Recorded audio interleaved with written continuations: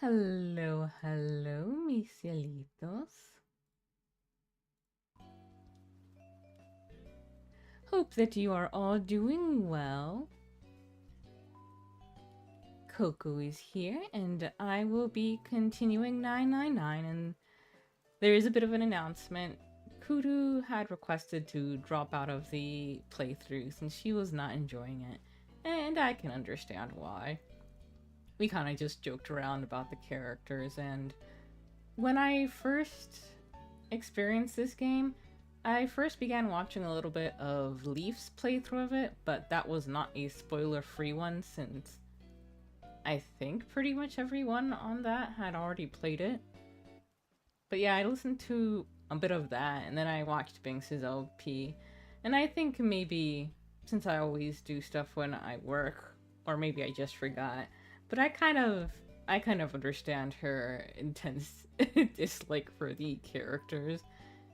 I had made a comment about how, quite frankly, they don't even feel like characters. They just feel like inconsistent mouthpieces. And while I personally like what they're saying when they're being mouthpieces, when they're just saying nerdy shit, outside of that, yeah, I can't say I really like any of them.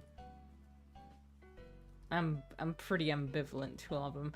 I think like there is an idea within each of the characters that has the potential to be interesting, but they're just kind of details that are slapped onto them. Maybe that changes in the following games, I don't know. But yeah, it made it too frustrating for Kuru to want to continue, so this is going to be a solo LP from now on. I completely... I mean, I didn't even forget, it didn't even occur to me to... Because whenever I do... Well, this one was set up last week, and Kuru wasn't feeling well, so I just changed the date.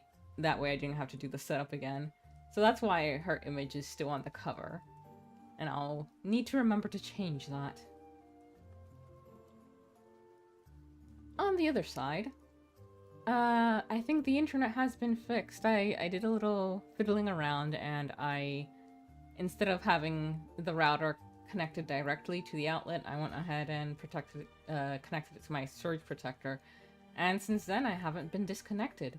So we're getting closer. We are getting closer to where we used to be, and making it so that I will finally be able to start making, not just getting back to where I used to be, but making improvements. So far, the last thing that I'm trying to work on is, for whatever reason, VC Face just doesn't want to load. It did, I think I mentioned I updated it, and it worked once and hasn't since then. But you know what? I've been meaning to switch over to VNeon anyway. So I guess this is just the kick I needed to do that. I tried bringing it up again, and I was like, alright, nah. So I've got the VNeon website up, and I'm looking at it, because to my understanding, it's like a complete other alternative to VC Face. So that'll be good, and it has a lot more features than VC Face did, and integrates to a lot more.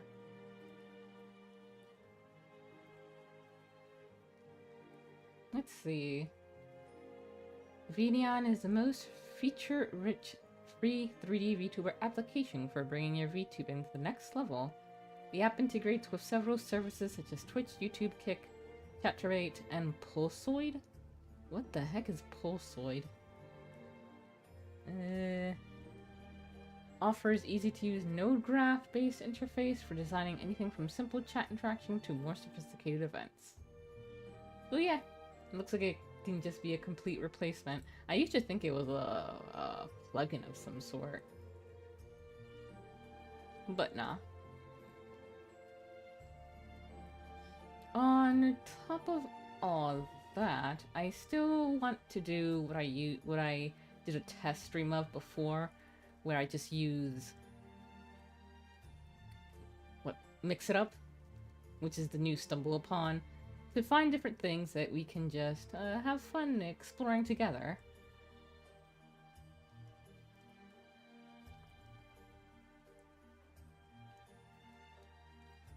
Yeah, I did a small one, and it was pretty fun. One thing that we did find was like this really old commercial where someone had created a song for Mario, and they won and they presented it. And I'm now following the channel that uploaded it because they do a lot of retro games. And as you know, that is very much up my alley. In fact, let me grab the YouTube in question to share it with you folks. It's called Nintendo Complete. Wait, well yeah, Nintendo Complete is the one that has the song, and they just have a bunch of Nintendo related things. Are they also the retro gamer? Let's see. Yep. Let me drop that in chat so y'all can see.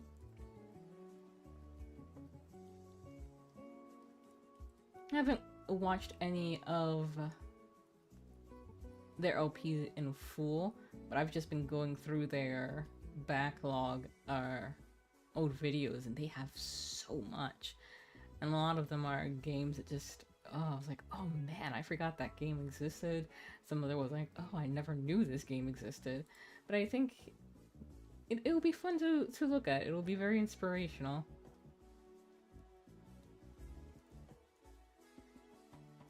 But all that said, for 999, since I was trying to find the most efficient path to finish it the quickest, since honestly I'm not surprised Kuru asked to drop out.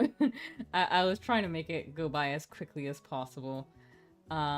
So I wasn't intending to go through door number 3, which is not a door you need to go through in order to get the true ending. But it is a door in which something, I guess, character significant happens, and if you've been following the LP, you'll know that that's the door that they found Snake's body in. So being able to see the reactions of the characters, finding it firsthand, instead of just having it passed on to them by the others who go looking, I figured that would be something interesting. So let's see. I think I'll just go ahead now and switch on over. I'm a little confused since OBS is set up way differently here than it was on the laptop, so I'm still trying to figure everything out. I also panicked for a moment because I forgot I hadn't downloaded it on the desktop. I was like, oh god, wait, I hope the saves are saved on a cloud. Thankfully they are.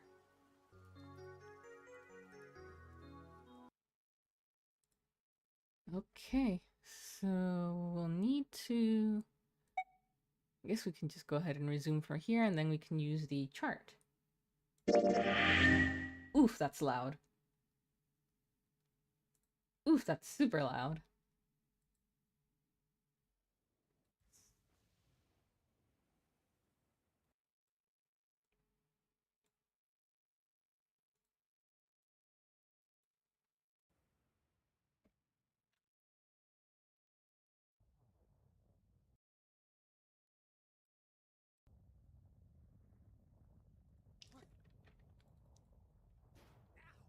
Let me go ahead and lower that on my end. I lowered it on OBS, but oof.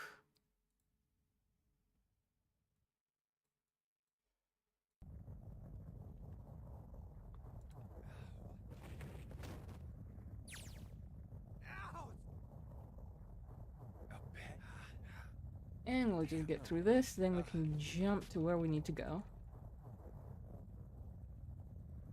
Where am I? Wait, Rush. what's that? Can't click on menu yet. That's 5. There we go. Alright, flow.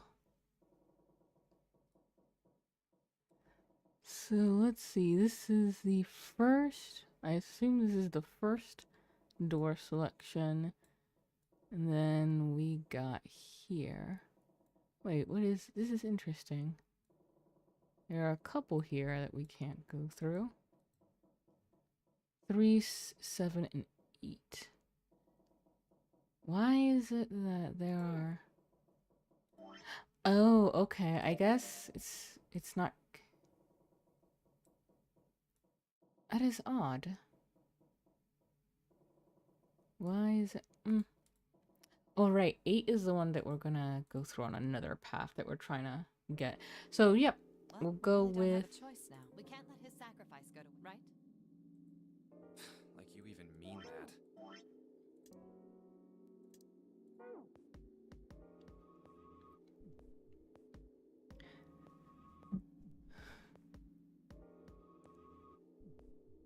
I want to go through door number 3. Nope, you can't. Huh? Why? Because it's impossible.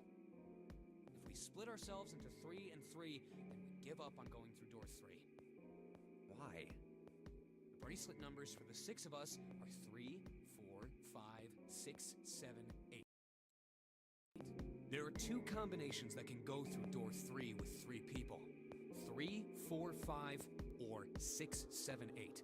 But then that will prevent others from That's it. being able to go through it. Of Other course, doors. 2 teams can't go through the same door. Wait a second. Did they ever confirm that? I see. That means one team would get left behind. Did they... I can't remember them ever saying anything about 2 groups not being able to go through the same door, but I guess they must have. Huh. That's right.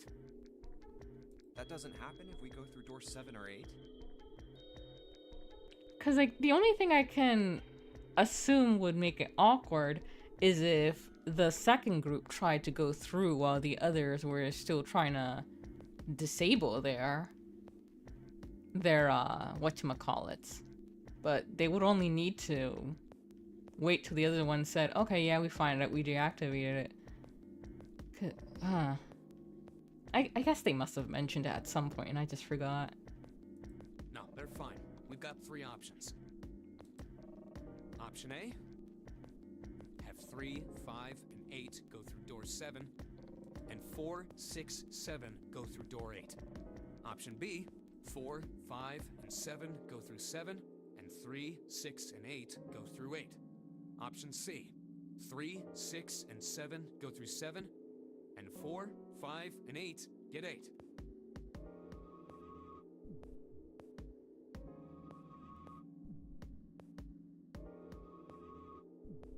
Those are the only 3 options. That's it. At least if we want to get all 6 of us out of here. Wait. But that means 5 and 6 can never be on the same team. Oh no, what a terrible thing.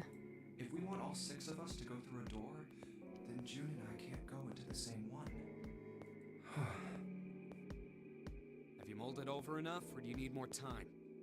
So we've talked about this before, but the forced chemistry between these 2 is really weird if taken in a romantic sense. I could understand them wanting to cling to each other since they don't know anyone else and they're a reminder of a time when life was probably easier. So the terror of being in this situation is probably lessened by the sight and presence of the other. But adding a romantic spin to it and making them act the way they do it really makes it a very frustrating experience to go through and makes them... It doesn't make them really likable. Like, I can't root for them when they're having thoughts like these and acting like this. Anyway, that's the deal, so think it over. You've got 2 choices, 7 or 8. You can't choose 3. If you choose 3, you're gonna be leaving 3 people behind to die. So what are you gonna do? 7 or 8? Time to choose. After thinking it over, his conclusion was, take the risk and choose door number 3, making us an asshole.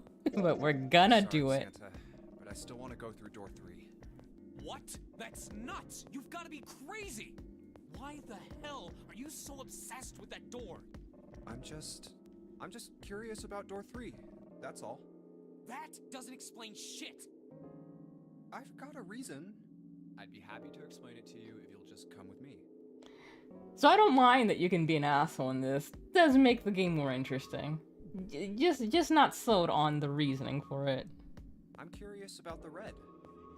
7, would you mind authenticating for me? Why? Please, just do it. Happy? Yeah, thanks. The number 7 has been entered into the red. Next is June. Please touch the red just like 7 did. I'm surprised that no one's like, hey buddy, we know what you're Jumpy, fucking What are doing. you trying to figure out? Ah, yep. I think I might have found another way out. What? Really? Now please, June. Oh, okay. Like after... All right. The only people who haven't authenticated now are Santa, Clover, and Lotus. So, what's your point? You don't get it. Think about it. Huh? What's the sum of your number and Clover's? 12. And what's the digital root of that? 3. Which is Santa's number. By the way, Lotus, what's the number that's currently in the red? 7 plus 6 plus 5 equals 18. It would be 9, right? Yes, and what will the digital root be if you add 3 to that? 3. The door's number. There you go. Hey, wait a minute. What the hell are you up to? I'm not up to anything. I'm just waiting. Waiting for what? I'm waiting for the balance to shift. Santa, or Lotus and Clover. Once one of you moves, the others won't have a choice. So I'm waiting. You son of a bitch! You tricked us! Oh boy. The way he pulled that and then... Do the numbers just stay there? Can they not just move to another one? Because June and 7... All that stuff you were going on about is all bullshit! It's so weird how exactly this works. Bullshit, huh? I don't think so. Didn't I tell you I'd figured out another way to get out of here? This is it. Why the hell would you do something like this? Jumpy. You did this just so you could go through the same door as June. That's it? And they figured it all out. So, who's it going to be? You know, it's really, really odd that the game, I mean, I assume the game still progresses as normal if you go through this door. Because everything has returned to that one common point. And I'm wondering, do they still allow him to do the whole thing where he's the one who is reading the strips of paper and is like in charge of all that? Because after this stunt, that should be blocked off. Santa, or Lotus and Clover? Shit! Let's go, Clover. Huh? Fuck! No, wait! Ah! This is insane! This isn't right! This is super mega fucked up. I forgot how messed up this Yeah, was. well, you may be right, but...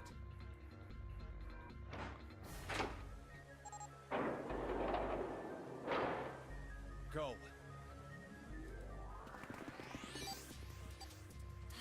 No. Damn, yeah, I Son of a bitch, Junpei! This isn't fair! Do you realize what you just did? You leave them out there, and they can't... Shut it! That's enough! We gotta find the dead or none of this is gonna matter! We got less than a minute left! No time for screwing around! Get moving! Damn it! You and I are not done yet, bastard! Oh, he got there first. Where the hell is it? Over there! It's gotta be behind the door! Damn, it's pitch dark inside. Can't see a thing! No, wait. I found it. The dead's right over here. Ugh. What? The floor's slippery. Hey! What the hell are you doing? There's something... Get over there! Quick! Get to the dead! There it is! Well, at least we'll get to see what happens firsthand here.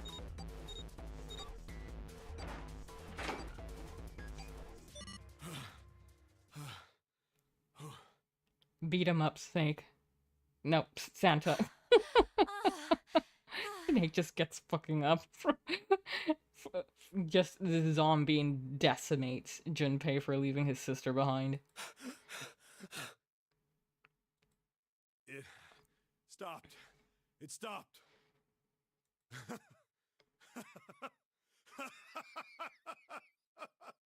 Quite frankly, they should all beat him up.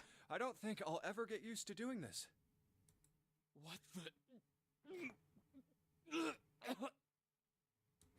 What the hell is this smell? This is vile. I'm gonna puke. Oh, you're right. Oh, this is... Let's get the lights on first. There's a switch over here.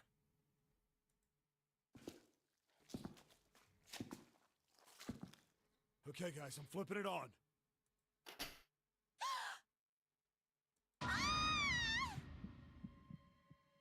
What?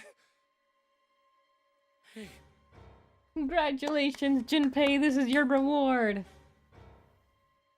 oh, this is... Looks like an explosion. Just like the knife man. The detonator in his bracelet set off the bomb in his gut. Oh god. The bone is coming out of his left arm. It's definitely an open fracture. The face is the worst. Yeah, you can't even tell who it is. But the clothes are... Is that... Snake?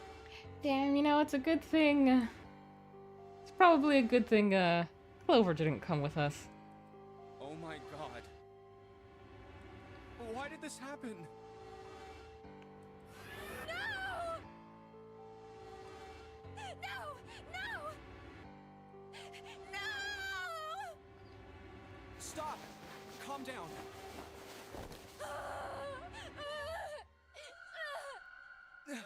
Hey!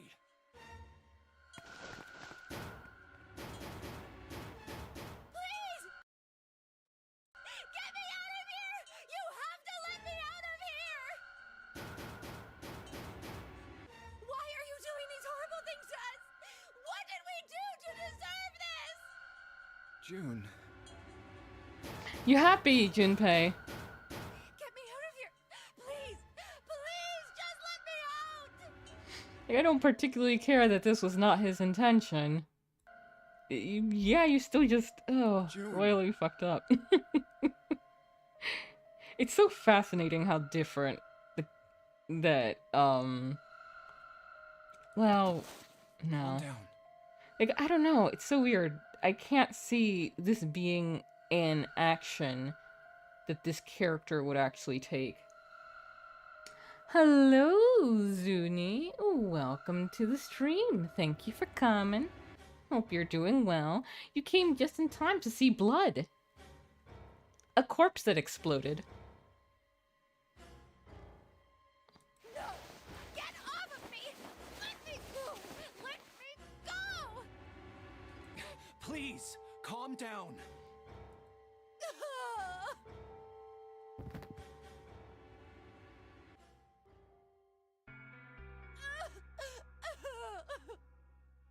We're gonna be fine. It's gonna be alright, June.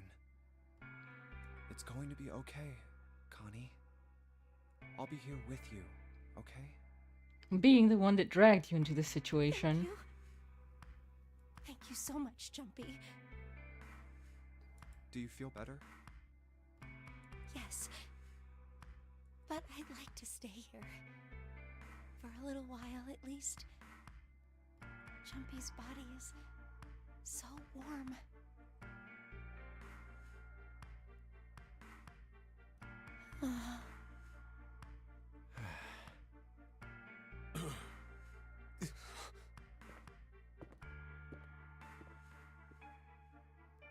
We better get to it. Oh damn, Puzzle's right in here with the corpse. Was not expecting that one.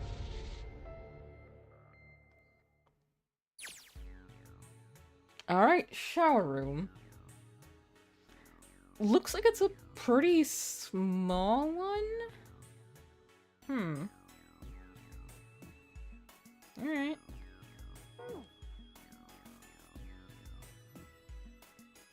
Alright, let's see if anything happens if I turn you. Nope, nothing. Not even a drop. Is the pipe clogged? Doesn't look like this shower works. The divider between the stalls. On the other side of this wall. No. I don't want to think about that.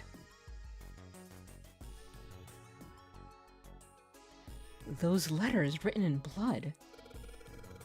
LLR. Do you think that might be some sort of dying message from Snake? No, that's not possible. That's impossible. You saw the body. You aren't doing anything after something like that happens to you. Then... this? The way the blood's dried tells you it's real old. Whoever's blood that this is, it ain't Snake's. Then you're saying this blood was put here a long time ago? Yeah.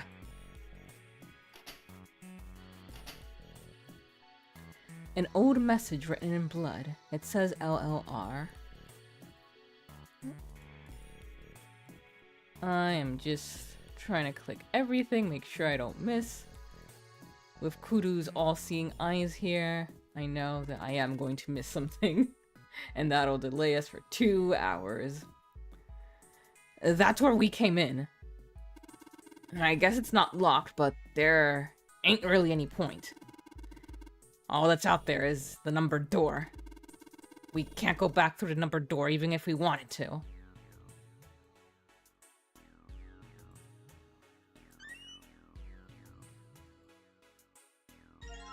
Toilet paper, bloody toilet. Oh, wait, no, maybe not bloody. Looks like they're marks.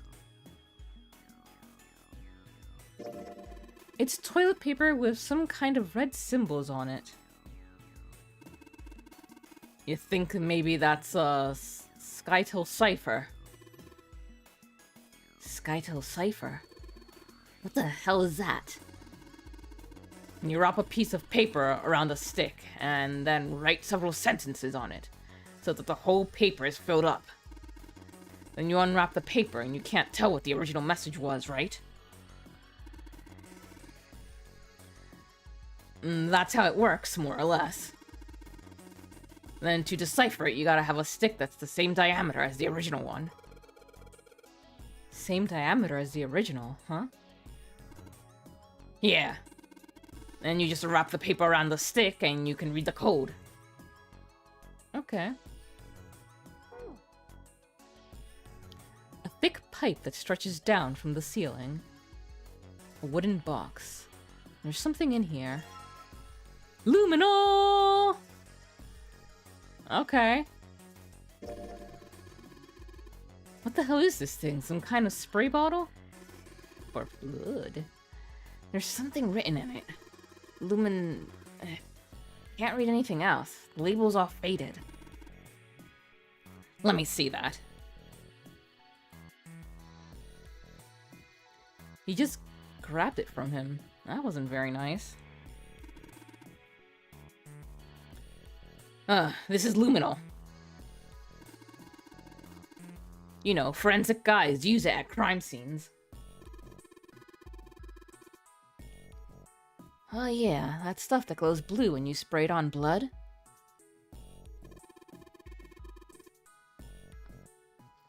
Even if the blood's been wiped off, it'll still glow.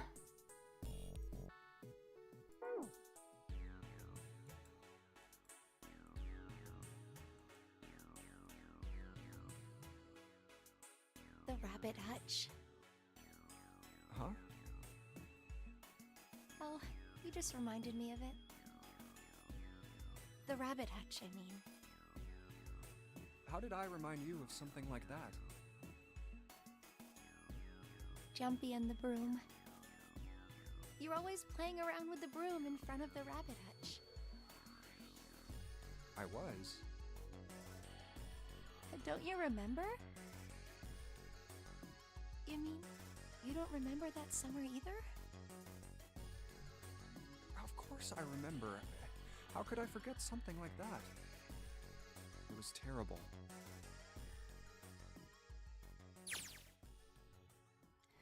They were in the 6th grade. Oh, wait. I thought they only knew each other when they were, like, super young. I mean, not to say that 6th grade isn't young. That is super young. But I mean more like I thought they only knew each other at, like, toddler age. Junpei and June had been assigned to take care of the classroom pets, the rabbits. You know, okay, that makes a little more sense for why they are kind of attached. If they knew each other from, like, childhood up to 6th grade or high school, then that means more time. But I don't know, for some reason I had gotten the impression that they had only known each other for, like, maybe 1 or 2 years when they were toddlers. Their chief duty was to clean the hutches every morning. On the final day of school before summer vacation began, Junpei overslept. He rushed to the school and found June standing in front of the rabbit hutches. No sooner had Junpei arrived than June began to cry. He had no idea why until he looked behind her, into the rabbit hutch. The first thing he saw was blood. The hutch was filled with the dead bodies of the rabbits. Even after their teachers and friends came to see what the commotion was, June couldn't stop crying. I just kept crying and crying until you came over. You held my hand, and you looked very serious, and you said, "Don't cry. I'm gonna catch the person who did this." After you told me that, I finally stopped crying. Well, the real fun started after you quit crying. You told me we were gonna catch the killer together. June smiled, and a little of the flush of life returned to her cheeks. Then we decided that we'd ambush them. Yeah, I remember. The school also kept roosters and guinea pigs. Junpei and June had decided the murderer would likely return to finish off the rest of the animals. They would ambush the killer at night. Junpei and June hid behind the hutch at dusk and waited. It was a warm summer night. The quiet sound of crickets whispered through the air. As the sun went down, the stars began to wink at them from the sky. And June's, Akane Kurashiki's face. That night was something Junpei knew he would never forget, as long as he lived. But the murderer never showed up. We waited for them all summer vacation, and they never showed up. Yeah, but the animals didn't get attacked either. I think all that work amounted to something, you know? He'd felt the same way, but it was good to hear her say it. Although, you know, if you think about it, we were probably taking on a lot more than we could handle. What do you mean? She looked up at him, confused. Oh, come on, we were just kids. If whoever killed the rabbits had actually showed up, they probably would have had a knife or something. I mean, you must have been pretty worried, right? I wasn't worried. Because you were there with me. She blushed furiously. You know, no one else wanted to take care of the animals. Clearly embarrassed, she tried desperately to change the I subject. was the only one who asked to do it at first. Yeah, well, boys don't really want to bother with taking care of animals, you know? I know many boys and men who would take great offense to that, Junpei. Well, yeah, but you asked to do it after I did, didn't you? If it wasn't the rabbits, they were gonna make me do something else. You know how that school was. I figured it'd be better if I was working with somebody who wasn't too much of a loudmouth, right? Damn. Somebody who wasn't gonna tell on me if I felt like blowing it off. Wow, just say it. Really? That's why you volunteered? Yeah, it is. He nodded quickly and much too earnestly, and then quickly looked away at something very important. Really? Of course. That hadn't been the reason, of course. He had asked to take care of the rabbit so that he could be near June. But it had been so long ago, he couldn't bring himself to tell her how he'd felt back then. It would be embarrassing. He took a quick breath to clear his head, tossed the broom up, and then snatched it out of the air. Well, we don't really have time to be walking down memory lane like this, you know? We've got to figure out a way out of this room. Otherwise... Yes. I'm gonna look over there. June nodded curtly, then turned and walked away. I should get back to it myself. Ah! That's right. The pool of blood. Junpei turned around and looked at the room. At Snake's body. Chunks of flesh and organs still lay on the floor. Going on and on about old times right next to a corpse? What were we doing? Well, maybe it was because we're in this mess. Despite such a situation, or perhaps because of it, the mind turned to the farthest thing from death that it could find. Still, Junpei couldn't help but feel a twinge of guilt at wanting so desperately to live when Snake lay dead before him. I have to survive, no matter the cost. I need to make sure she gets out too. As he stared at the clumps of blackened flesh, all Junpei could think of was how much he wanted to live. Broom! What are you doing with the broom? Buckets. It's a tin bucket. Hey, Junpei, do you remember back in elementary school when you spilled all of our paint across the whole classroom? They made you clean it up, and all they gave you was a sponge and a bucket like this. Hey, come now. Can we just leave the past in the past?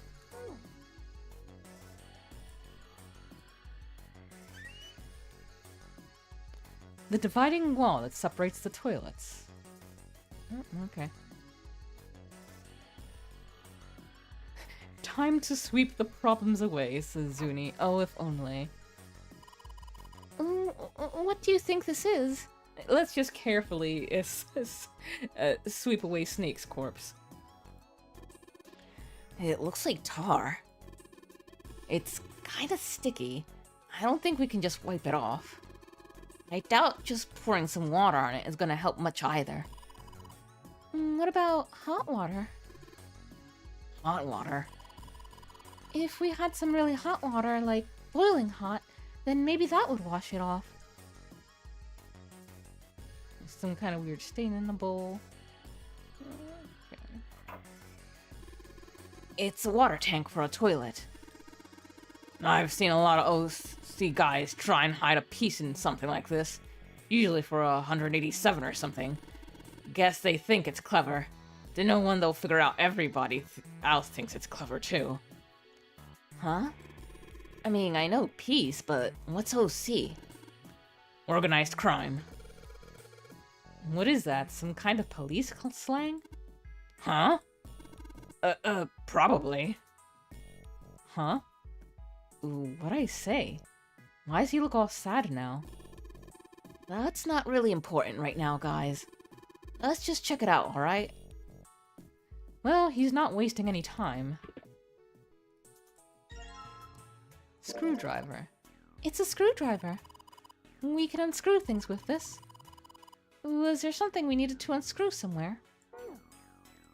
Okay. The toilet's tank. There's nothing in it, which means we can't flush it. Kinda hard to flush a toilet without water. Nothing else we can click in there. Okay. There's some toilet paper on this shelf.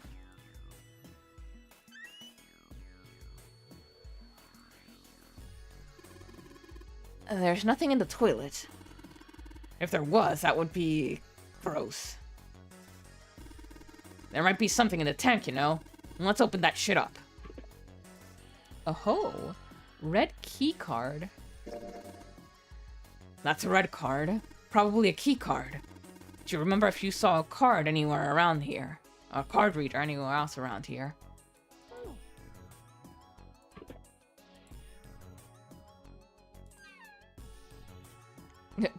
Glad we took the time to close the doors back up. I already checked all 3 toilets, you know? Nothing unusual there. Oh. There's a thermometer. Can you get it off? No. It's screwed onto the wall. Well, then let's...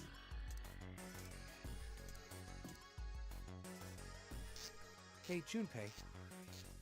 You know why thermometers only go up to 107 degrees Fahrenheit? No, I can't say I ever thought about that.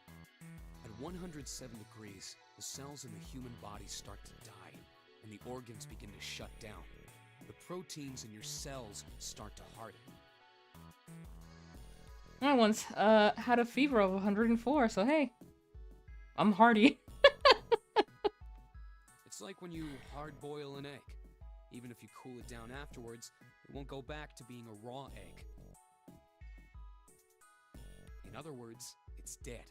In other words... That's why thermometers don't go past 107. There's no point. Oh yeah? But it's pretty rare for a fever to get that high. Even viruses and stuff don't usually drive the body temperature up to 107. Of course, there are other external things that could. Like what? Well, let's see. Something like getting locked in a sauna. God, what a terrible way to go that would be. Or getting thrown into an incinerator and burnt to death. Yeah, I guess that would get a little hotter than 107 degrees Fahrenheit. Just a teeny bit. All right, I got it! Huh? What's up? Nothing. Forget about it. He wasn't pleased with your jokes, Junpei. What was that all about? Thermometer. Oh, you took the thermometer off. It says open at the bottom of the gauge. I wonder what it means. Maybe when it gets that hot, something will open.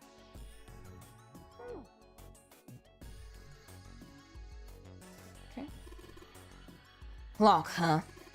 There is a blue light next to it, but it's off. The password is 4 digits. Nothing happens when I press these buttons. Well, it looks like the power's on. I'm wondering what the deal is with those things that say lock up there, though.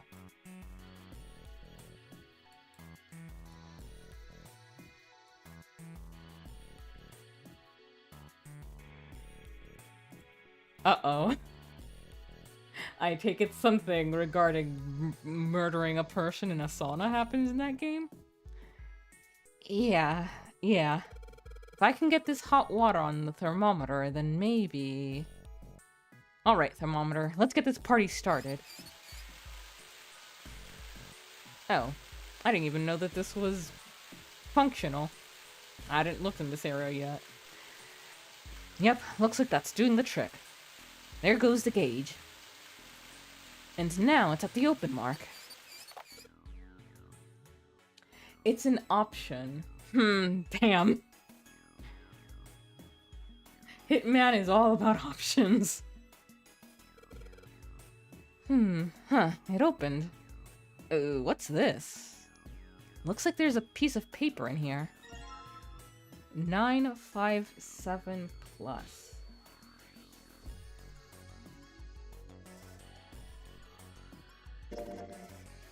A 957 plus. That means you're supposed to add something to 957, doesn't it? Well, yeah, it doesn't take a genius to figure that out. The problem is, what to add.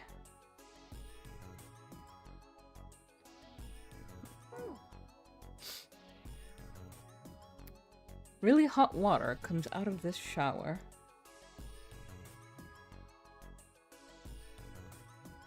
I get the feeling it might be useful for something else. What is this? Oh? There's a piece of paper tied to this pipe over the wire. Notice, drainage valve operation. Please do not flush the water in these pipes. Doing so may cause the drain to overflow. Okay, okay. Let me continue. I think I've explored most of the room now. Yeah, okay. But why?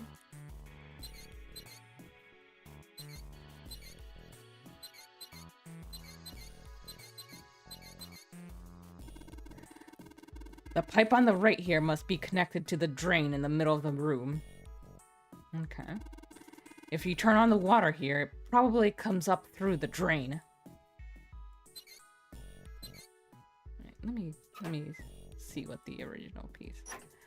Okay. Do we need a... Oops. Can't put any water through the pipe on the right, though. If we do that, it'll start overflowing from the drain. I mean, I assume we want to do that. But how is the question?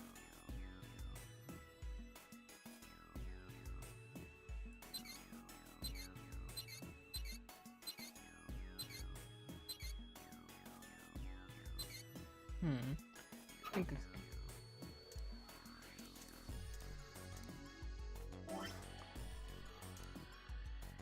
So is this an indicator of... Oh, we haven't used the luminol yet. I'm pretty sure the card is you've seen this before. This is to open something up, I think.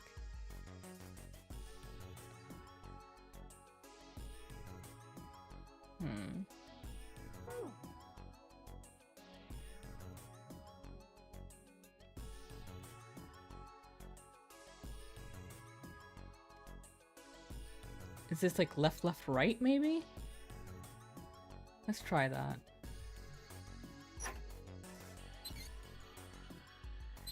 Oh, well, now we've got too many for that.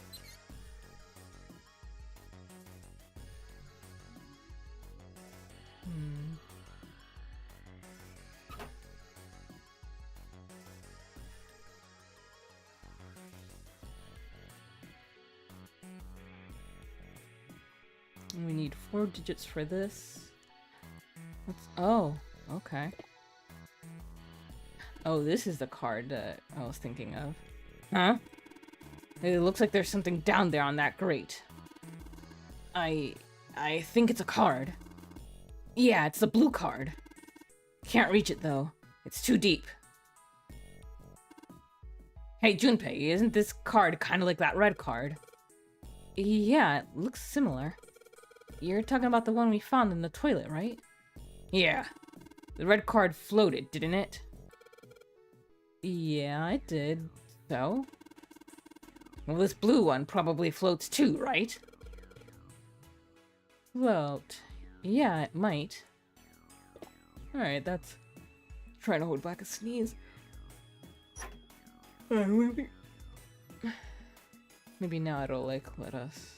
Okay, no it won't. So all of these have 3 directions they can go in.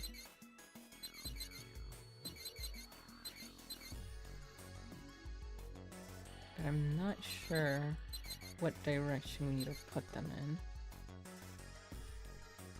And as far as I've seen, we don't have anything that indicates... Can we combine this with a broom, maybe? Ah. What if I wrap the toilet paper around the broom? Oh, so you wrap the toilet paper around the broom, huh? Looks like the symbols line up perfectly. It says 634 plus. Okay. 634 plus. So we still have another thing we need to find. Can we do this now? No.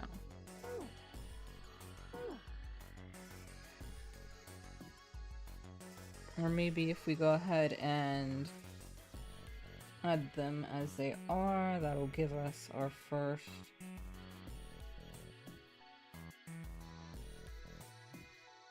I mean, that is 4 numbers. So let's see if we can.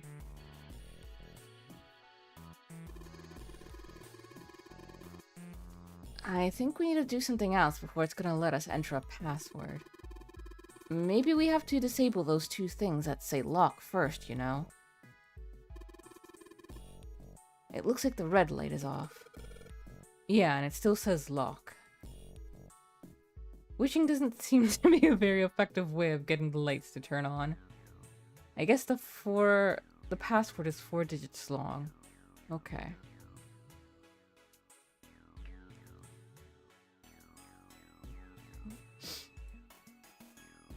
Wait, did I check this section? Oh, can't check that.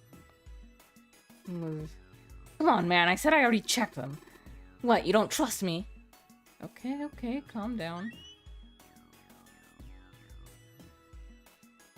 Light bulb provides light for this room. Nothing unusual about this toilet, thank God. I guess we can use the luminol on this, maybe?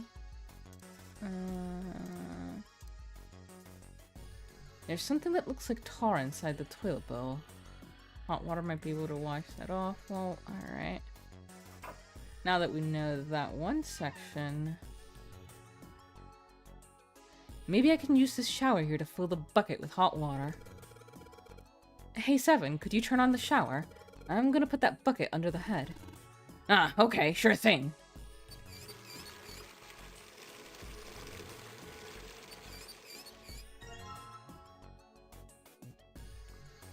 Bucket filled with hot water. It's filled with hot water. Try not to spill it, okay? It's heavy. Okay, okay. I'll carry it.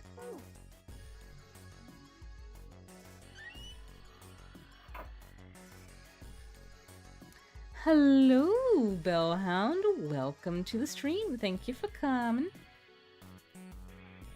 We're here going through the puzzles in door number 3.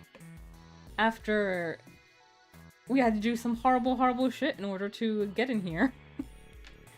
And our prize was Snake's corpse. There's something that looks like tar inside the toilet bowl. If I flush the hot water from the bucket, that should clean it up.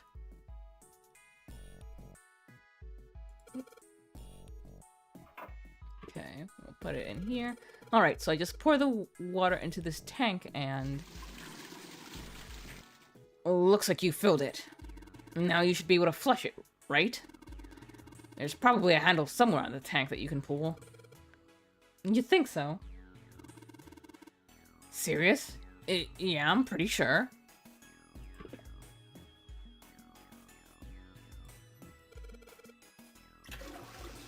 Alright, let's flush the hot water. Well, there it goes. Just like a toilet should work. 185 equals... Okay. So that's our last number. That stuff's washed off. Looks like that writing was numbers. See? 185 equals? What is this? You got me. Just looks like numbers. Alright, well then, with that added...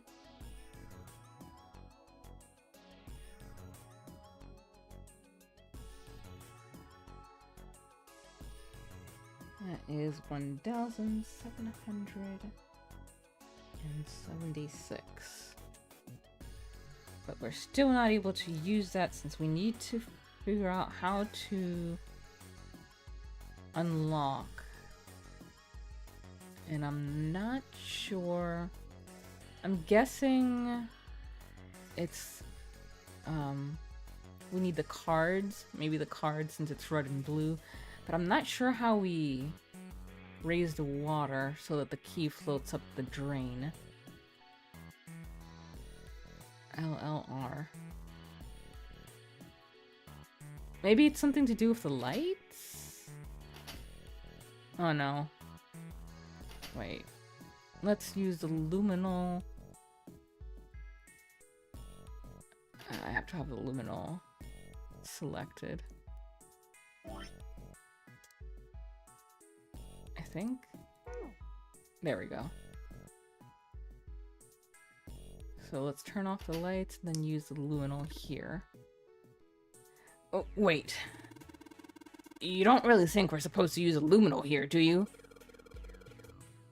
Yeah, it does seem kind of weird to use it here. But maybe I should try it just in case. There we go.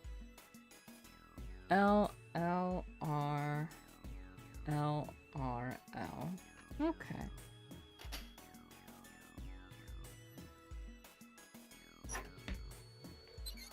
L, L, R, L, R, L. Well, I did what it said on the wall. I wonder if it actually did anything. Hey, this train's acting up. What the hell did you do? I just messed with the valves a little. Nothing big.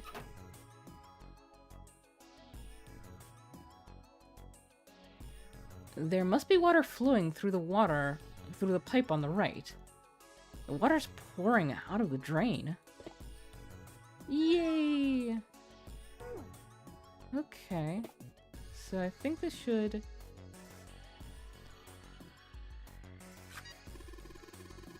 Hey! The blue light just came on. Alright, and now...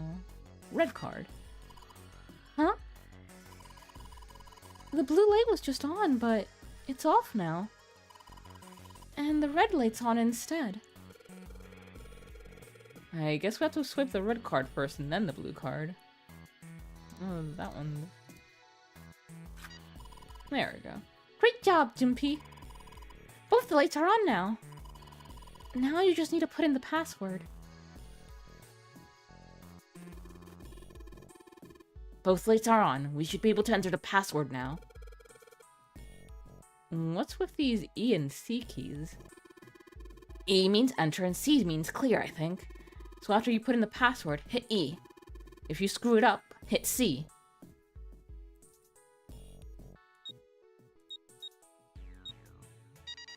Yay! We did it!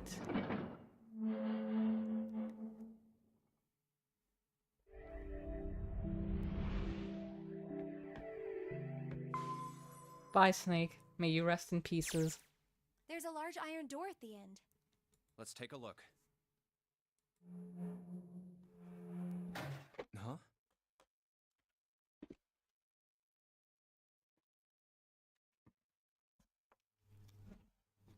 What are you doing, Seven?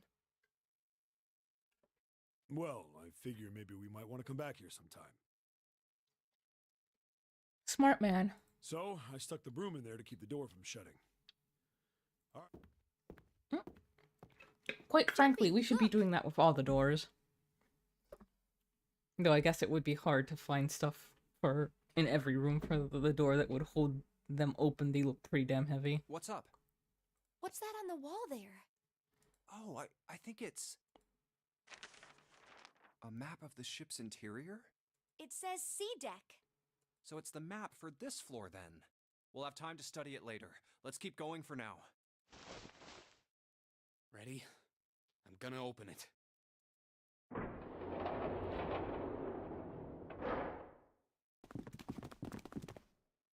What the...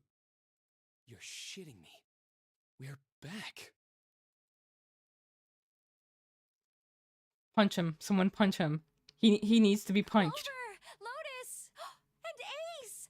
I'm glad you're all okay. Lotus? What are you... Yeah, go for it, Lotus! How could you do this to us? Knock it off. We got bigger shit to worry about right now. What? Go have a look. I stuck the screwdriver in the door. Once again, Seven, you might want to Door give over them there, the one without a number. a heads up. As long as the screwdriver's there, it can't shut, so you can get in there. There's a shower room past there. I stuck a broom at the door there too. Anyway, go take a look. Give them a heads up, especially Clover. Come on. Then you're saying we can go in there without passing through the numbered door? Yeah, that's about the size of it. Wait, what the hell is in there? You'll know when you see it. Oh my god. Fine, let's go. Oh my god. My goodness. Oh yeah, it's great. I know I said I was sure you'd come back for me. I didn't think it would happen so soon, though. It's fantastic, Bellhound. Should I go as well? Right? I'm just like, why would you... Yeah. Like, that's something terrible to send anyone into without warning, but especially Clover. Very well. Not only is she a kid, but that's her brother.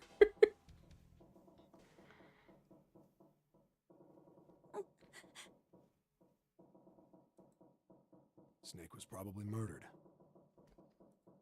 Chances are he was killed the same way the Ninth Man was. Alright, and I think... Let me quick look up the map, the flow chart. Because I think that'll give us everything already that we haven't yet seen.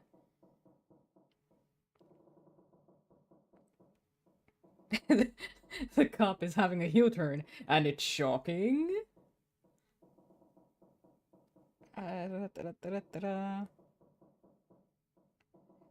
Okay, let's see. So for this, we did...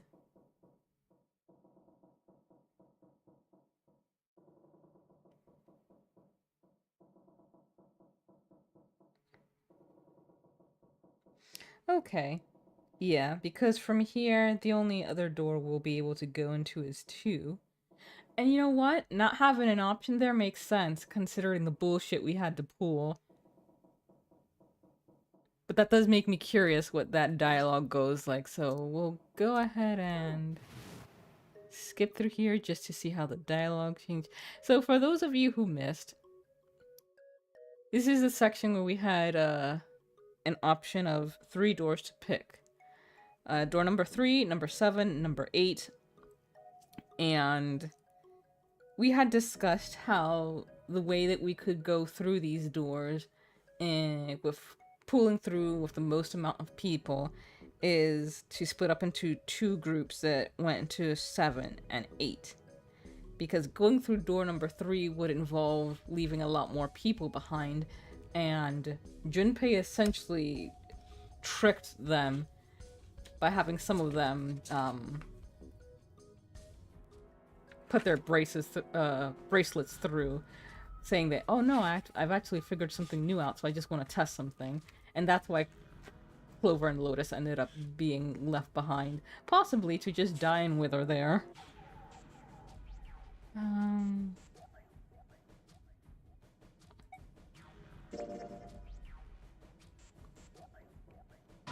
If you go through any of the other doors, then the next time you face some doors, what Junpei does is that he is in charge of collecting papers from people with their names and the door number that they want to go through. So I'm just like, they shouldn't trust him after that.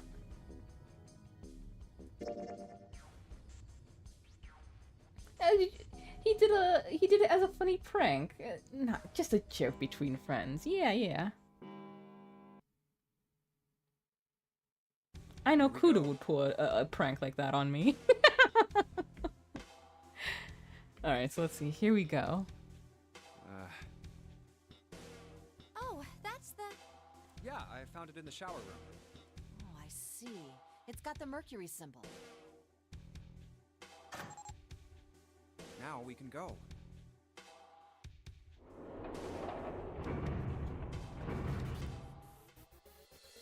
Looks like there's only 2 floor buttons working. C and bottom. Time to head down then. I see a bottom with my own 2 eyes.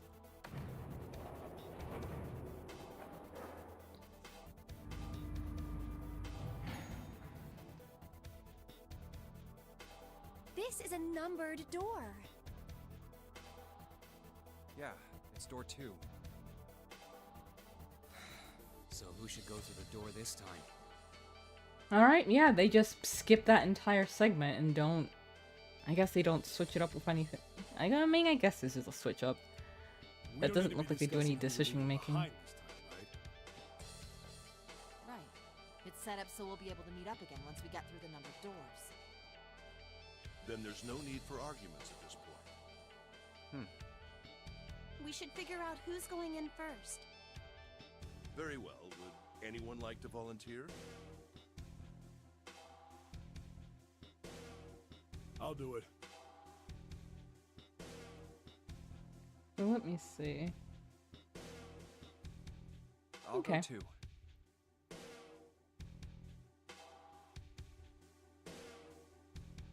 Have we done 2? I can't remember. And I suppose I need to go too then.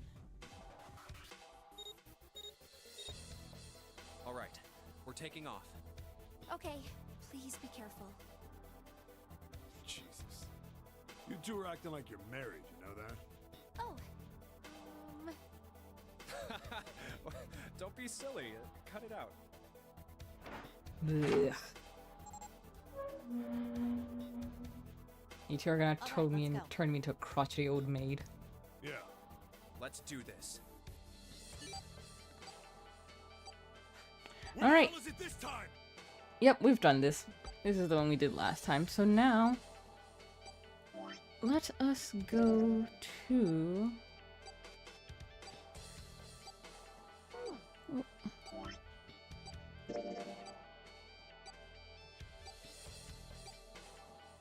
What are you? Still not entirely sure how to operate this thing. We're right here, and that's 3, 7, and 8. So we want to go down, please.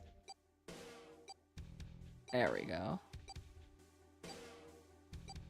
So I guess this is 3, this is 7. And what's this? 1, 6, and 2. I'm a little confused.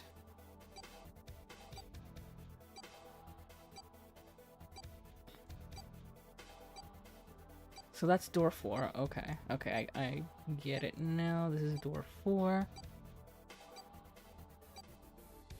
3, 7, and 8. So what we want... I'm just puzzled because we definitely did do door 5, but it's looking like... It's making it seem like we didn't, and that's what we need to pick in order... Let's make sure we've got this straight. Okay.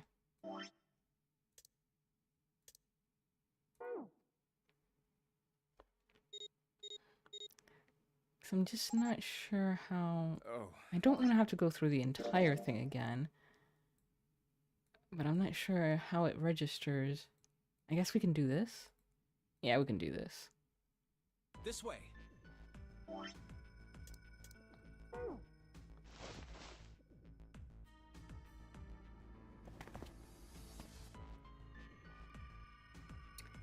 And then I think once we get past here, we can go back into the...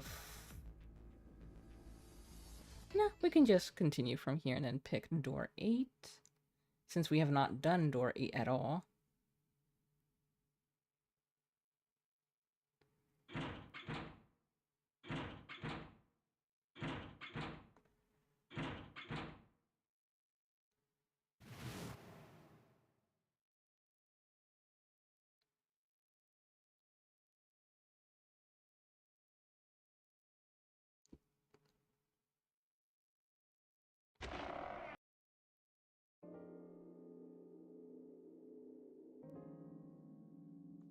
Once again, everyone notices that the readers do not have what is needed in order to register the bracelets. So we end up splitting up to try and go and look for them. We look for about an hour. When we come back, the reeds are fixed, but Snake is missing. And we all know what happened to him now.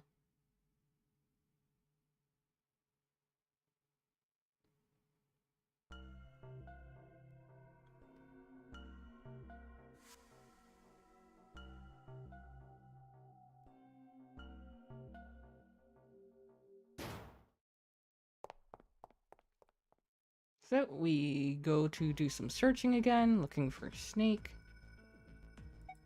Oh, what about the first class? Okay, I actually think we can skip all this. Maybe we should leave her alone. yes. So let's just So, where do you... go back to the Let's head back. hospital room. All right. Hey, wait. Santa?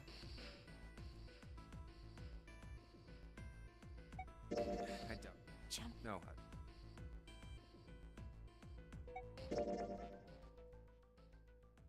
Snake hasn't been anywhere we've searched. And we can't keep looking for him. Wherever he is, we need to get moving. We're not there. Got to figure out who's gonna go through which door.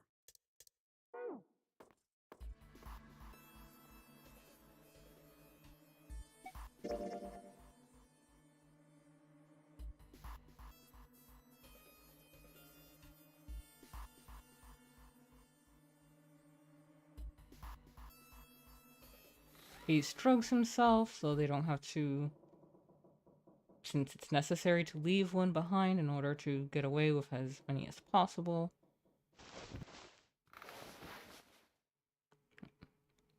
Ace, I mean.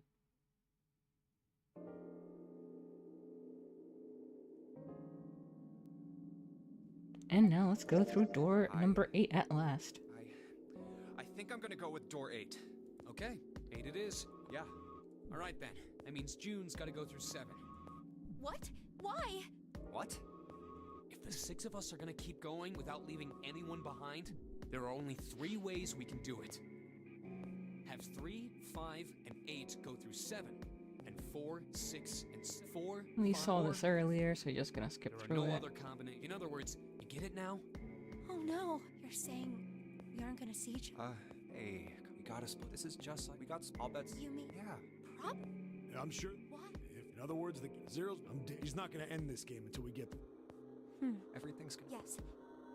Anyway, Clover, I figure any problems with that. Whatever. All right, let's move. Are you ready? Yeah. Okay. Then shall we go?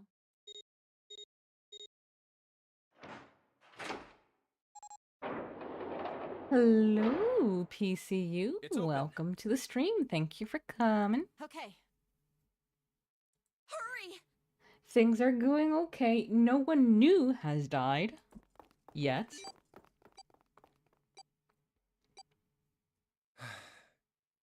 Just funny little pranks were played as put by Zuni. June.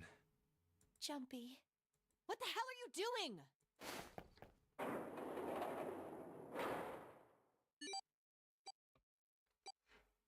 Seconds left. Hurry! Ugh. Oh damn, they found that quickly. It stopped. Pointless. What an unpleasant girl. I bet she's not very popular with the boys. Ah yes, she's being so terrible not being cheery after Maybe seeing her pairing these brother two together murdered. was a mistake. Too late now. I better catch up to them. Ah, it's a dead end. There's a door on the left, though. A laboratory? Huh. Oh, that doesn't sound very pleasant. I don't like the look of this place. Me either. But there aren't any other doors. It's not like we have a lot of choices. Junpei, Huh? please, you first. Ugh, fine.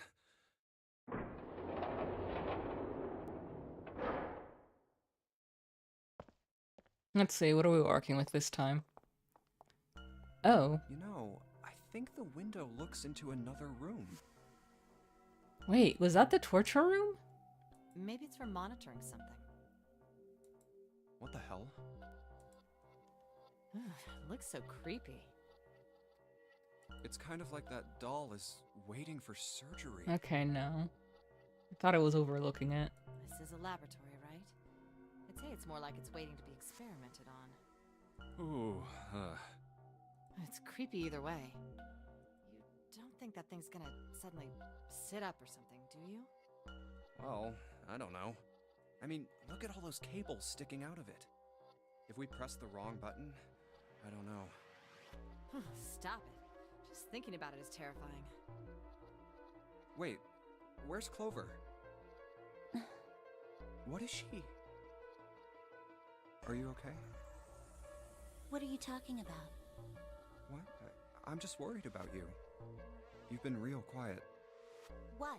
I can't be quiet if I want to? Well, I mean, of course you can. I just... Okay then. If I can be quiet if I want, just leave me alone, okay? Come on, you know I can't do that. We gotta work together. Junpei, you just don't get it!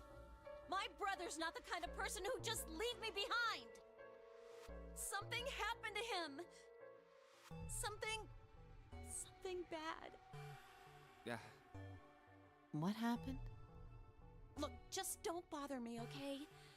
Leave me alone. hey, wait, Clover! Hold on! That way is... I told you to leave me alone! Huh?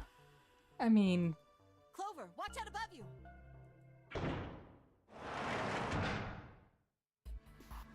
What the heck? What's going on here? I guess what she means on. by that I'll get it open. is that she definitely thinks there was foul play, because from the information we have now, yeah, obviously something bad happened. It's not like that can be mistaken. Oh, for crying out. You'll never do it on your own.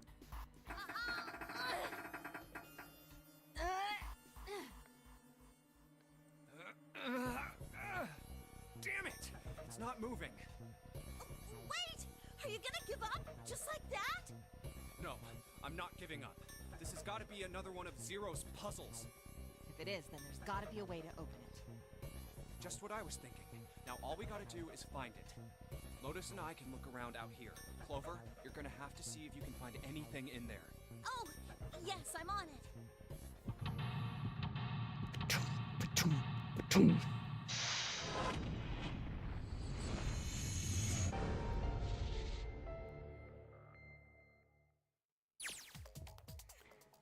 Okie dokie.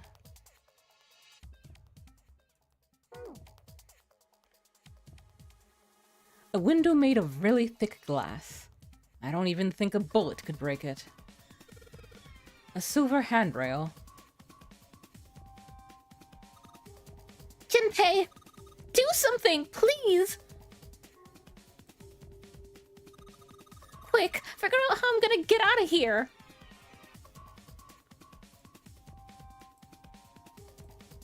They're cardboard boxes. There's some papers and stuff in them. And what's in the boxes? They look quite full. As far as I can tell, it's a bunch of notes about some kind of experiments, but it's all really technical and stuff. I don't really get it.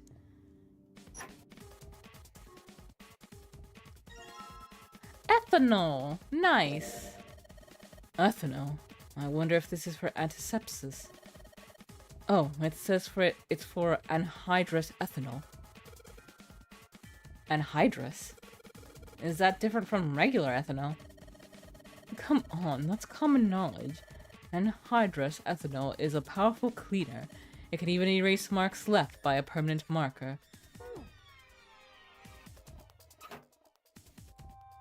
A whole bunch of steel lockers. The 9 on the right all have little red lights on them. Red lights, huh? Well, can't hurt to give these babies a try. Yep, just as I thought. Locked tight, all 9 of them. I wonder if there's anything important in there. These lockers are a little larger than the ones on top. Let's see if there's anything useful in here. And no, nothing. This is the computer. The power isn't on. Well, there is a power button. This is a waste of time. What? I don't see a power cable. Oops. Yeah, you're right. No power cable. This thing isn't even connected to a main computer, though. It's got a monitor, keyboard, mouse, but that's it. Just sticking the power cable isn't gonna do anything. Oh, I don't know about that. The keyboard. The mouse. And the Holy Spirit. This is the computer. It doesn't have any power right now, so it isn't working. The power cable, huh?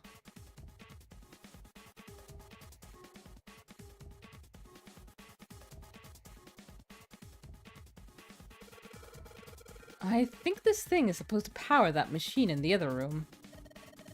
Well, it doesn't appear to be doing that. I wonder how we're supposed to turn it on. This is a really old type of keyboard. This is a keyhole. This looks like a keyhole for the activation key.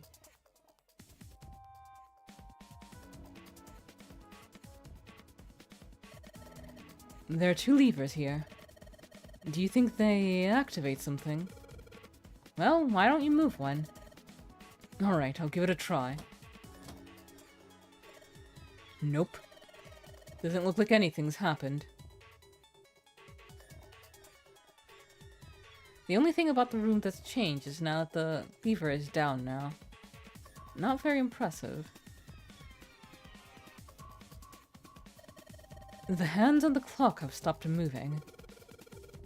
The clock may stop, but time goes on. No time to screw around. We need to figure out a way out of here. I wonder what this cable is connected to. Okay, one side of this thing is in the room with us. The other side extends into the laboratory where Clover is. In other words, the console in front of us is connected to the device in the laboratory. There's a lot of stuff in here. I don't know how we could use any of these. Well, I can say for sure that I don't know how to use it. Well, I can say for sure that I do know how to use at least one of these things. Which one? The one on top. I think it's a power cable. The power cable, huh? I'll take that. Three-pronged power cable. This is definitely a power cable. Do you remember if we ran into anything that didn't have power? Nah, I can't think of a single thing. A stand for various pieces of equipment. Some of them might be useful. Let's finish exploring the rest of the room first. It looks like this door is the exit. The door on the right just goes into the laboratory. Nope, this door isn't going anywhere. No dice. It won't open. I mean, that's about as much as I expected. I don't think Zero would let us out of the room quite that easily. This looks like the control for some kind of lock. The red light is on. Then it's gotta be locked. There's a green light just below it. Although that one isn't lit. I bet it'll turn on if we just unlock it, right? Yes, but how are we going to unlock it? There's no keyhole, no card reader, and no keyboard for putting in a password. I have no idea. It looks like the control for an electronic door lock. There's a red light on display, that means it's locked.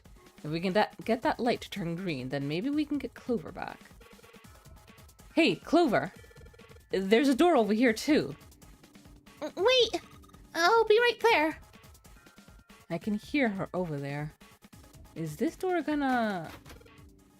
Damn it. I can't open it. Clover, what about your side? It won't work.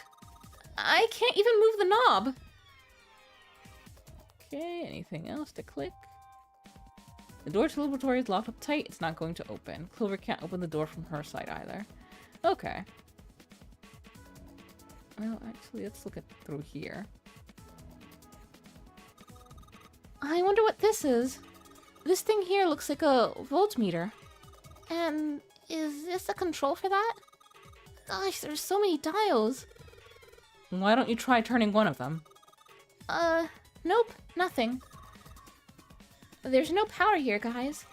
I turned the dial a whole bunch, but even if I turn all the switches on, nothing happens. I think this thing is a monitor for whatever experiment they were running here. There's a bunch of stuff on here, like resistance value and voltage. The power's off, though there's nothing on it right now. Is this like an examination table? There's a creepy mannequin in here, guys. I wonder what they washed here. There are these weird colored stains all over the sink. I don't know what kind of table this is, but part of it's all black. There's a pen lying over here. I think someone probably used it to make the table black. Well, if they only used a pen on one part of it, there's probably something underneath all that pen, so we gotta get the ethanol to her, I assume? Clover, do you think you can erase it? Yeah, sure. Oh, this is a permanent marker. Junpei, do you know how to erase ink from a permanent marker? Erase ink from a permanent marker, huh? Give me just a minute, Clover. I'll be right back. Those are the stairs I just came down. The bars in the gate are just above me. It's a rack. There are a bunch of cables on it. Somebody cut the outer stuff of the cables. I can see the wires inside. I guess the drain is for water, huh? Well, there's nothing here. Okay, I guess that's everything there. So let's go ahead and... The monitor doesn't have a power cable, so one of this cable needs to be connected to a monitor, and the other needs to plug in under the desk. Alright, let's just slip you in. Huh? Well, shoot, I can't use this. What's wrong? Oh, no! No! No! I thought I had escaped the nightmare!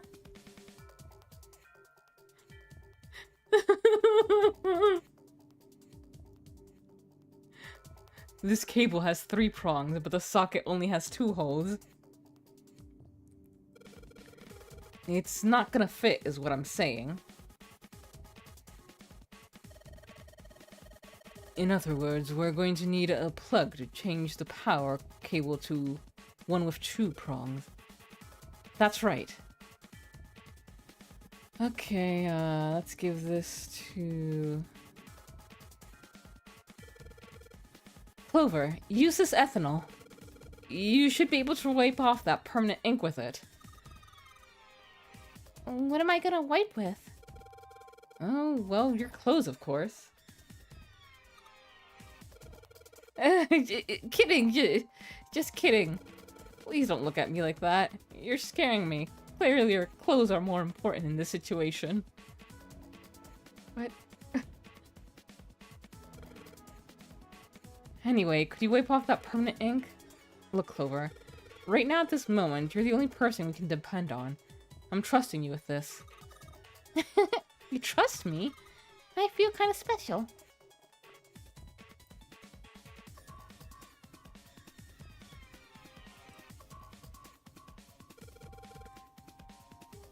Clover, can you use the cloth on the table? Use... huh? Soak it in ethanol and then use it to wash off the stuff from a permanent marker.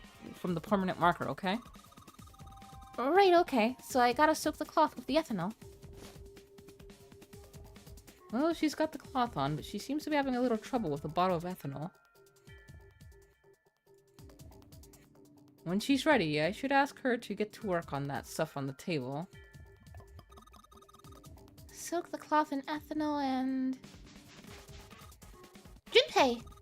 It's working! It's wiping the permanent ink off! Huh? There's some kind of weird drawing under all the permanent ink.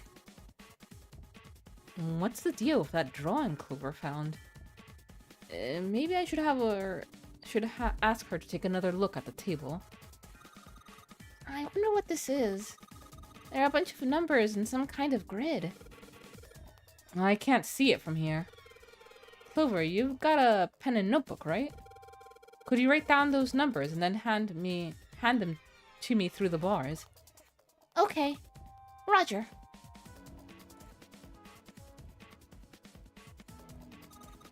Here, Junpei. I wrote down all the numbers from the desk on here. Paper with numbers on it acquired. New material has been added to the file screen.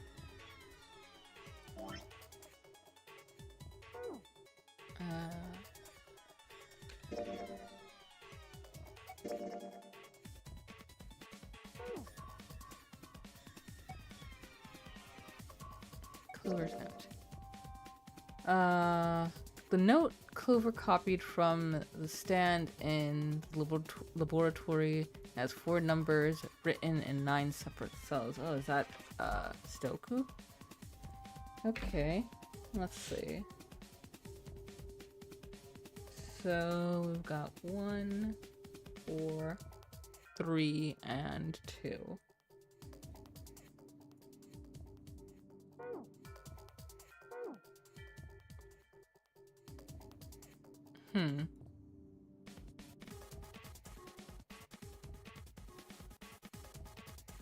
Is it...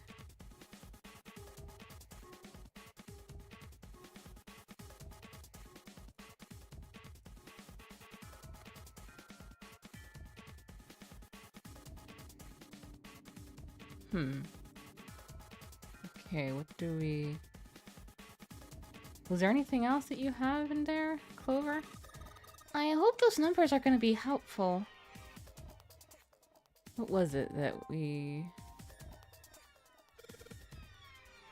Hey, Clover, how are the power cables over there? Huh? What do you mean? Does the plug have 3 prongs or 2? I don't know what you're talking about. Let me go look. Guess she does have to kind of crouch down to get a look under there. The cable on the monitor has, it's got 2 of those little metal things. What does that mean? That's it! Okay, can you unplug that cable and bring it over here? Okay, but... But...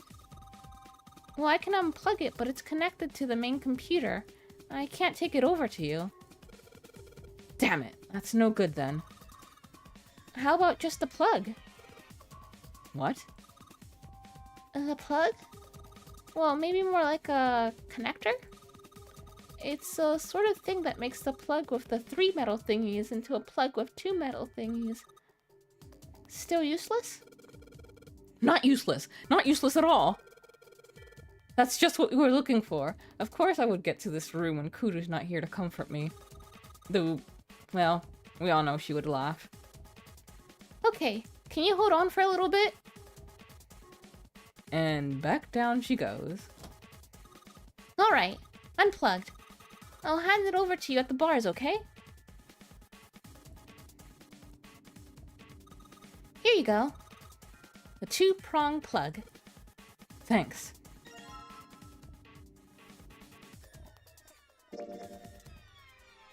Okay, put the 2-prong plug into the head of this power cable.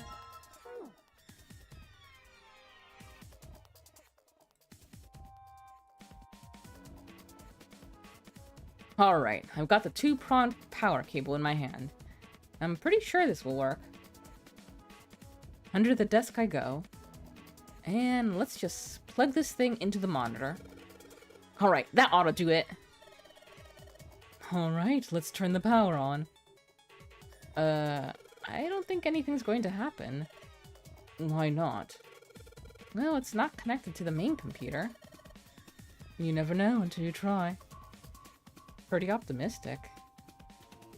Oh, that worked.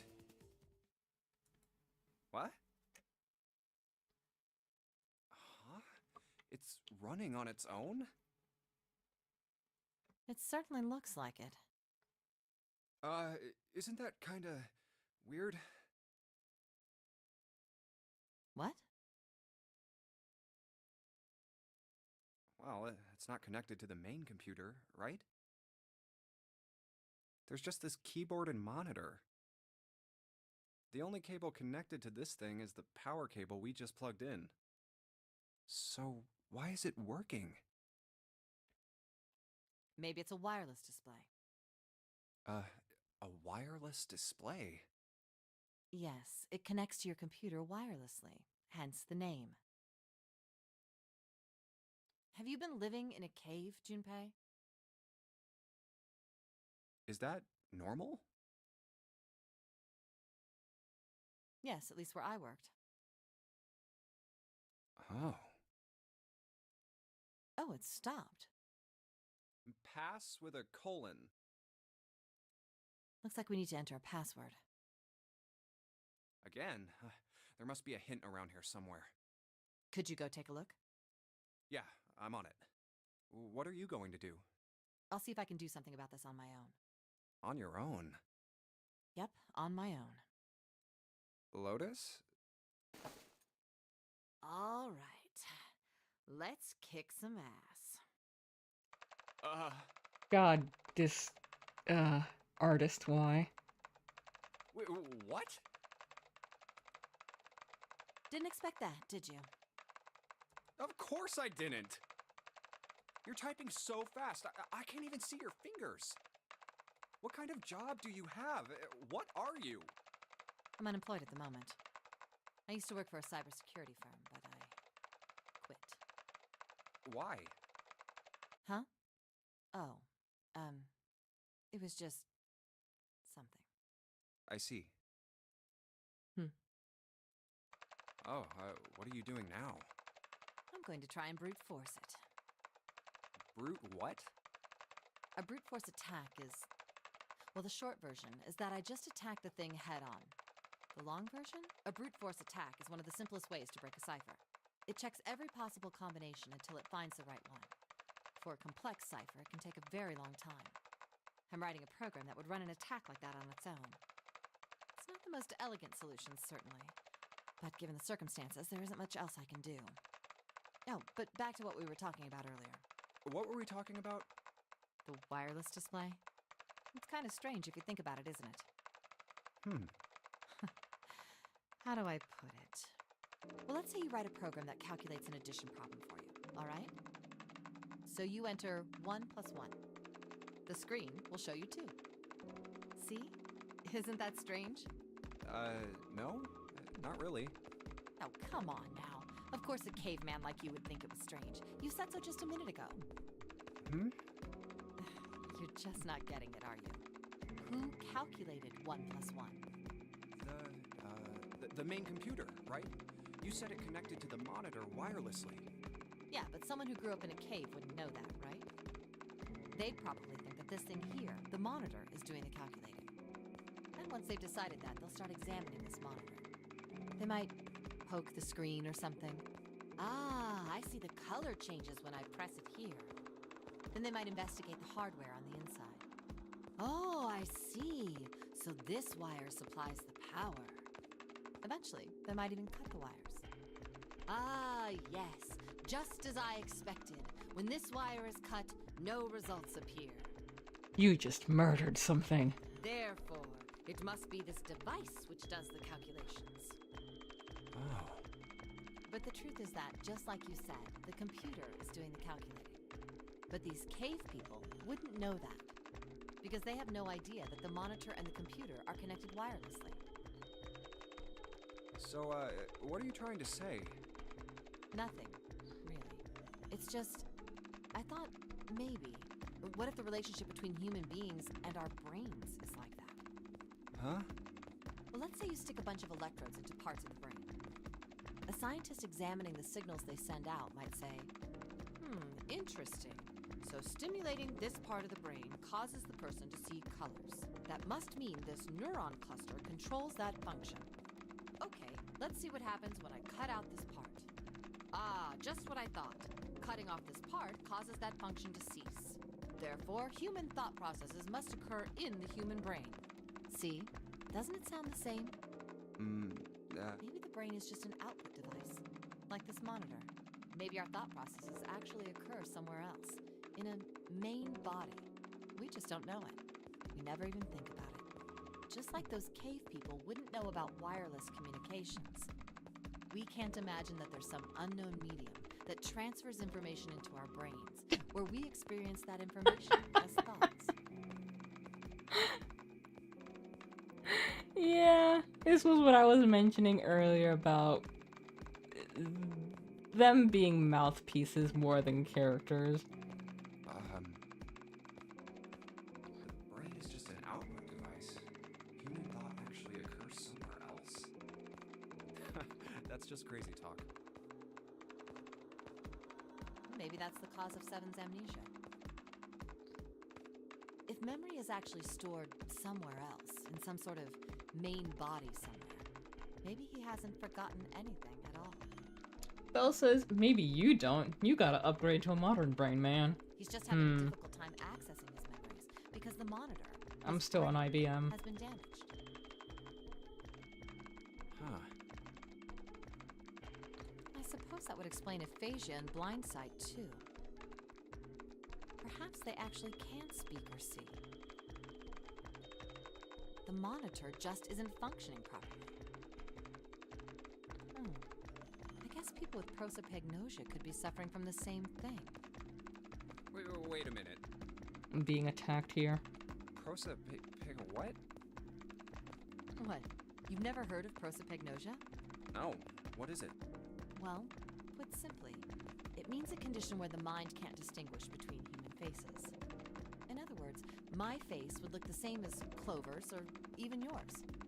So they can't remember faces, which is how most people recognize each other. That means that people with prosopagnosia have trouble recognizing even people they're close to. Usually they can make do by associating people with other things. Their voices, their clothes, their hair.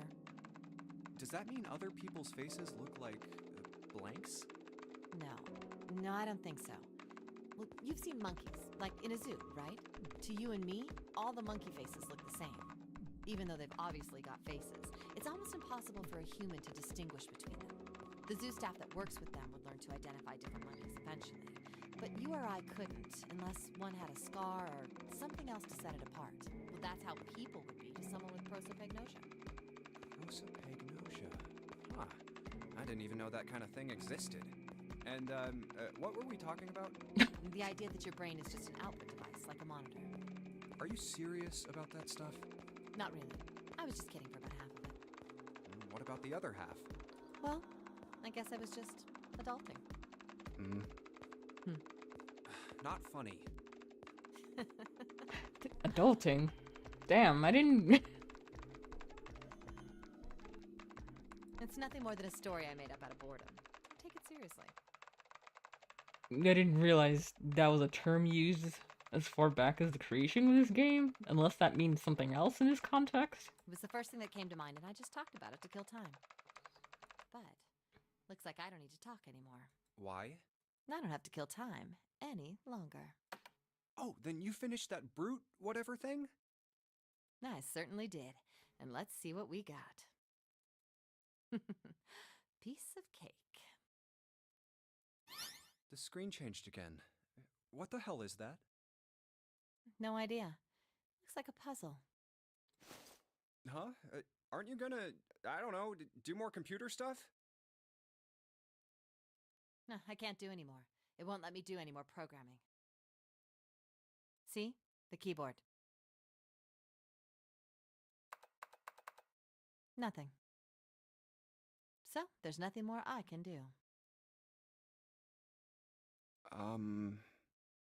Well, I guess I'll leave this to you then, Junpei. What? Let me take a break, all right? I did my part. Well... I guess you're right. Thanks, Lotus. No problem. And make sure you know when you should thank people. Now, I better take care of this myself. No more relying on anyone else. So I guess it's not... Well, let's see. Oh, okay. We need to fill in everything. Oops. What did it say? The fourth touch is what? Let me try that again. I want to see what it said. Okay, the fourth touch is your end.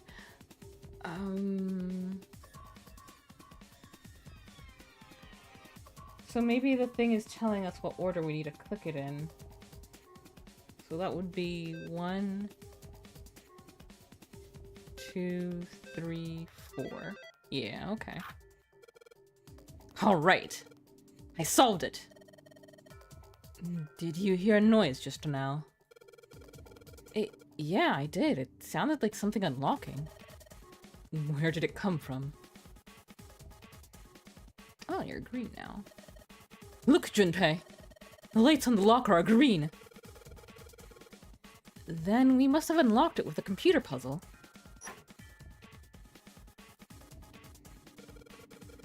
There's more than one key in here. This one is small and looks like it goes to some sort of machine. And this one has the Earth symbol on it. I think the Earth symbol matches a keyhole in a door on the A deck. Well, if that's the case, then we probably don't need the Earth key right now. Alright then, Earth key. I'll just tuck you away deep in my pocket. Now as for the other key... Activation key. Hey, Junpei, do you have a minute? What's up? I wanted to ask you something. Hmm? Junpei, you went into door 5 with my brother, right? Did you hear him say, like, anything weird? Huh? Well, let me think. Sorry, Clover. I can't really think of anything. I mean, he did mention that his hearing exceeds that of a regular person, or something like that, but that's about it. Okay. Hey, wait a minute. Hmm? Look, I don't know if I should ask you things, but if you don't mind, I was hoping you could tell me if, is Snake, I mean, was he born... You're talking about his eyes? Yeah.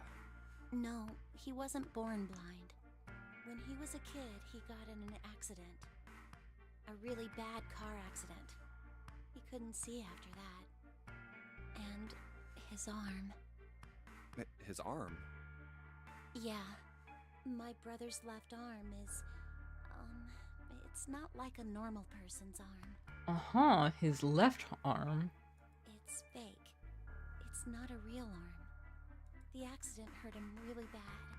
To save him, they had to cut off his arm. Oh. Junpei! Is Junpei! that all you wanted to ask me? Look, I'm sorry for making you talk about all that painful stuff. It's not that. I want to reach through the monitor and shake him.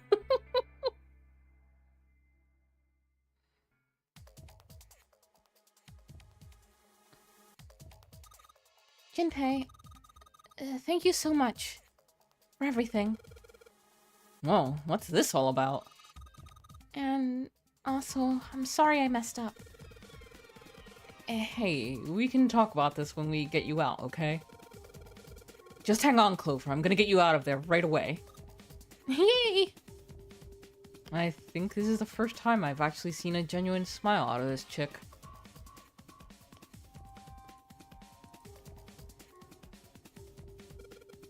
This key. The shape sure makes it seem like it goes to this machine. Alright, I'm turning it on. Okay, the monitor is on now. And it's full of letters. It's showing some kind of warning. Power restored to experimental device. Emergency system will activate in the event of abnormal subject behavior. Okay.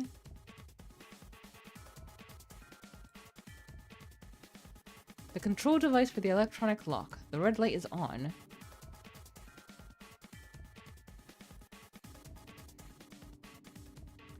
This is the monitor. There are a whole lot of cables under this table. There's something sticking out of the mannequin's head, like wires or something. What the hell were they doing in there? Huh? Why is she all quiet now? They were doing experiments on humans. Probably. Oh man, now she looks sad. Huh? Junpei! This thing in here is on now. Yeah, that's because we activated the power on over on this side. Could you, like, play with it a little? Okay. Yeah. I'll turn this dial here. Turn. I don't think it's working. Nothing happened. Well, maybe she missed something.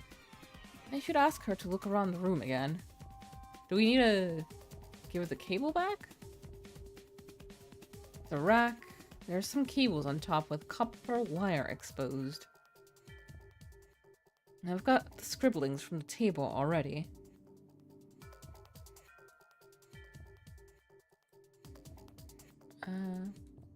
Monitor. Bytes of cables. Wash basing. Maybe if you increase the voltage. Roger. Will do. Okay, I'm going to go all the way to the max voltage. Max voltage? Hey! Wait, Clover! Ah, shit. What? I think,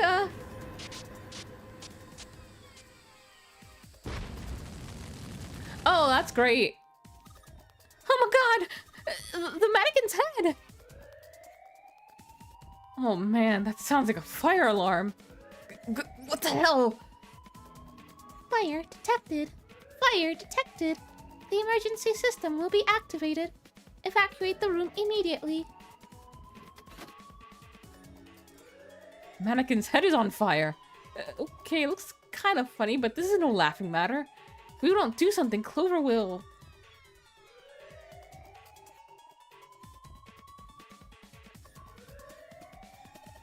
Junpei, look at the light. Yeah, it's green. The emergency system has activated and disabled the lock. Now we can save Clover. Junpei! Come on, kid, jump! She's safe. Oh, man, that smoke is some serious business. Time to close this door again, I think. Clover, are you okay? Are you hurt? Damn, she's coughing so hard she can't even talk. Of course I'm not alright! What the hell took you so long, you big jerk? I was almost dead! Sorry, I was going as fast as I could. You two can do this later. Right now, we need to get the hell out of here. That fire's not gonna stay in that room forever. The green light is lit! It's gotta be unlocked now!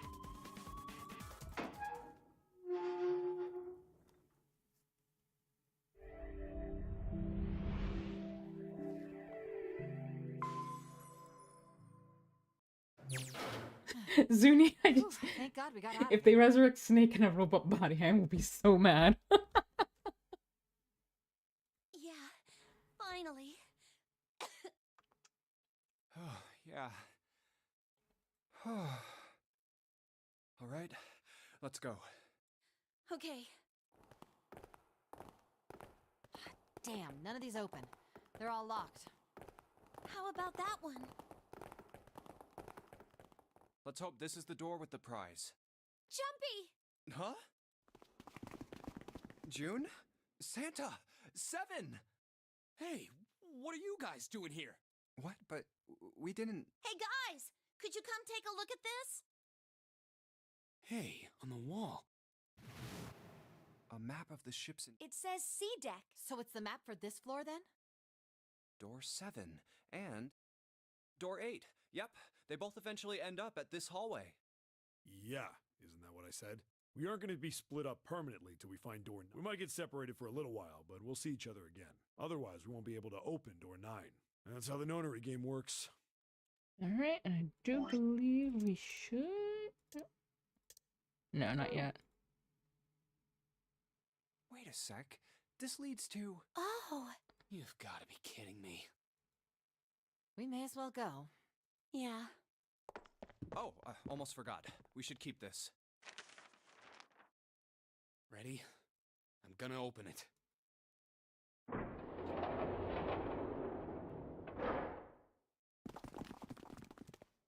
I knew it. We're back. In the hospital room. I see. I believe I understand what you're saying. The key? Ain't that what I just said? I'm talking about the Jupiter key. We found it in the operating room. And this is just slightly different since Here. now they're the ones that picked up the Jupiter key instead of us. Whoa. Nice catch. Jeez. I see. So this is Jupiter. I'm gonna let you hold on to that, alright? Yeah, on it. Well, I've got something for you too then. Here, it's the Saturn key card. We found it in the kitchen. I might lose it. It's probably better if you hold on to it. That way it won't be my fault if it gets lost. Yeah, on it. So, how many unused keys do we have now? There's the Earth key we found in the laboratory. The Jupiter key you just gave me. And the Saturn key card from Lotus. I'll keep them safe. The Jupiter key is supposed to be for the door at the end of that long, straight hallway, right? Okay, and then from here, after checking everything, we go to door 6, and I believe that Kuru and I already did that one. So, I'm just gonna grab a walkthrough to get through it as quickly as possible.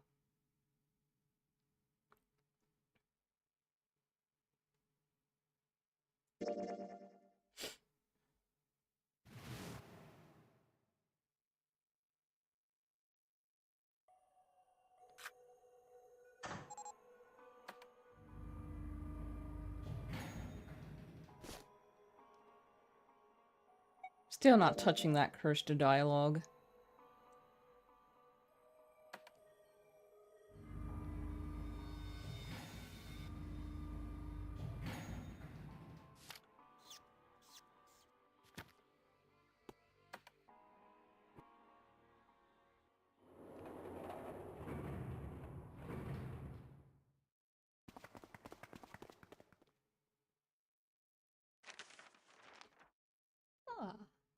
How are you folks doing?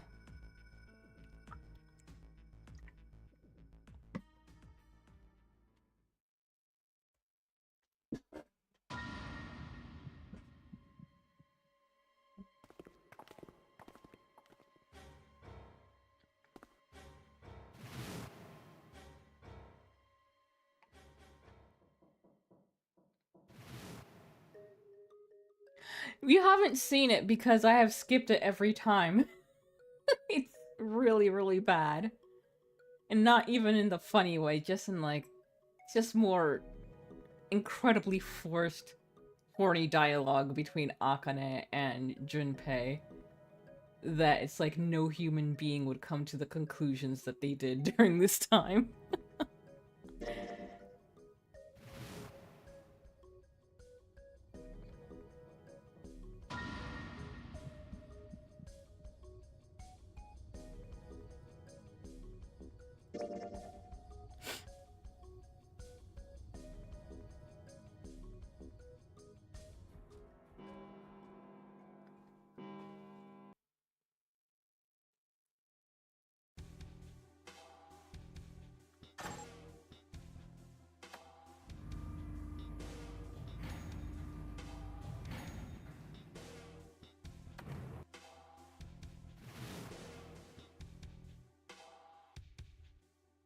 Yep, essentially.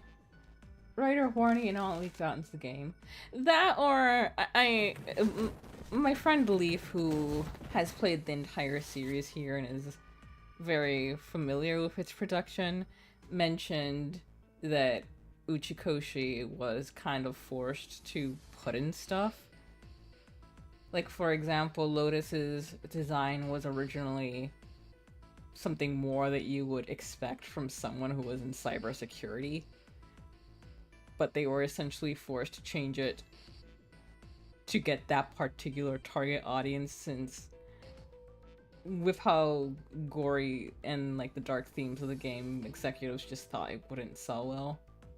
Like, this version of the game has been toned down a little. But yeah, so I won't immediately jump to blaming it on the writers. It's possible it was, but it's also possible that it was something that they were forced to include. Oops, fuck. My no, that was my titty. My titty touched the space bar. No, that's not the option I wanted. Fuck. I can't believe that just happened.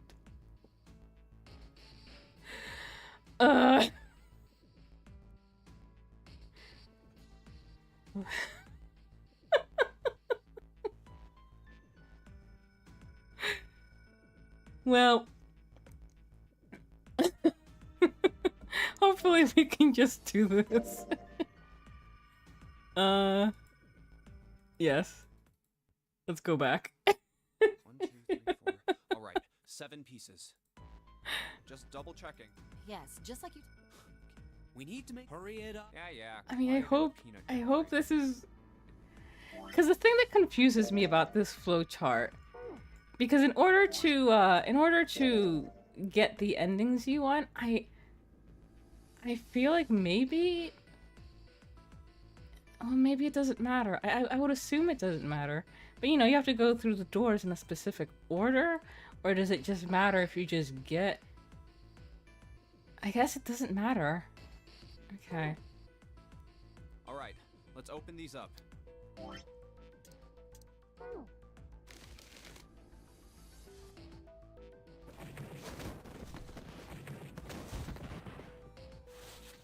Oh no, it does matter.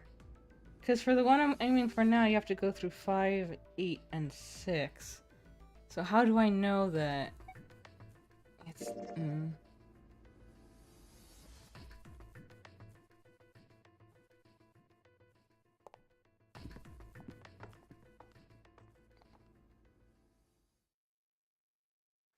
Because, yeah, going through 4, 8, and 6 gives you a different ending from 5, 8, and 6.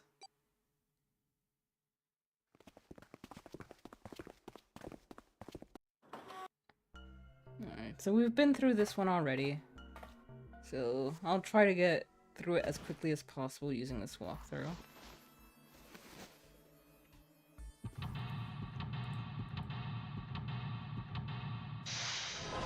I mean, maybe I could also just use the flowchart now that... and hope that it...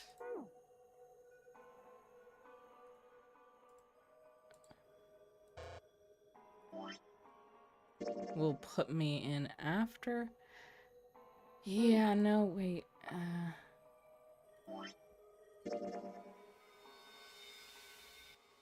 okay.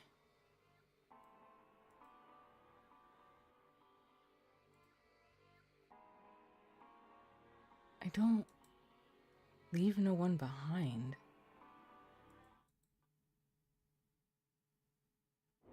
We'll see how this goes. Look, it's...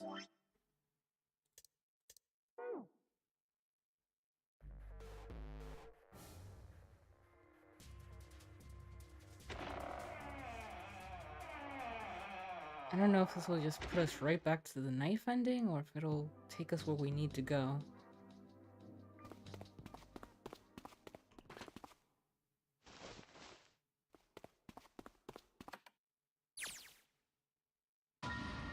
Yep, nope, this is the knife ending, damn it.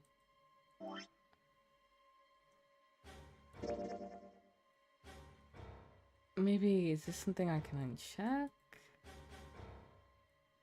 Huh.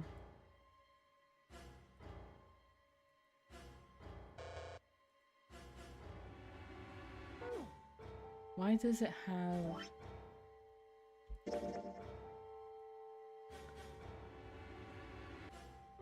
Let me see. What does... Okay, I guess these things here mean I'm missing something. And that's what allows me to... Huh.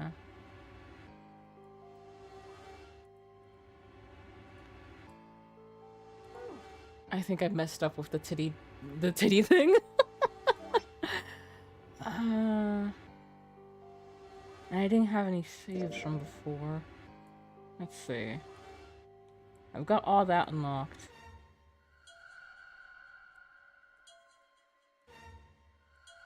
What's this?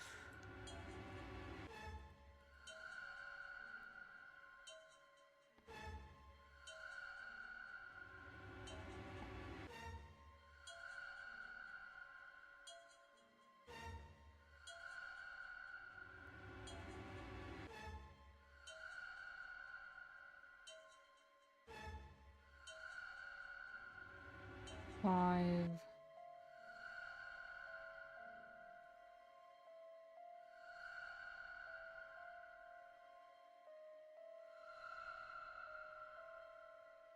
Eight.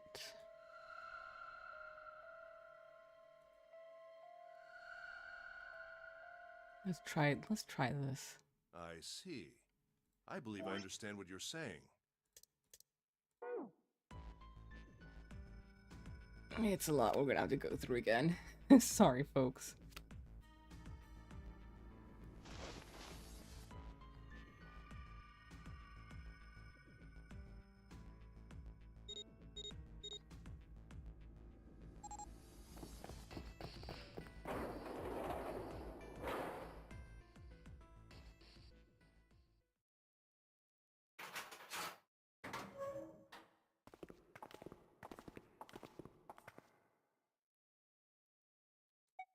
Let's just pick some different that's options. a good question. Just in case I'm missing something. I can't believe Jinpei this. You looks- guys followed me here, but you don't even know why. Uh, Junpei, you've got the solar system keys, don't you? yeah.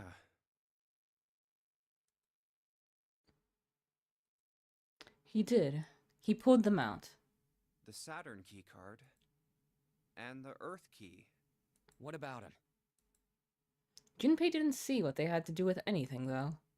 Both he and Santa were completely lost. Fortunately, June took pity on them. Don't you remember the elevator? On C deck, where we are now, there was a big elevator behind the stairs, remember? And next to the elevator, there was a card reader with the Saturn symbol on it.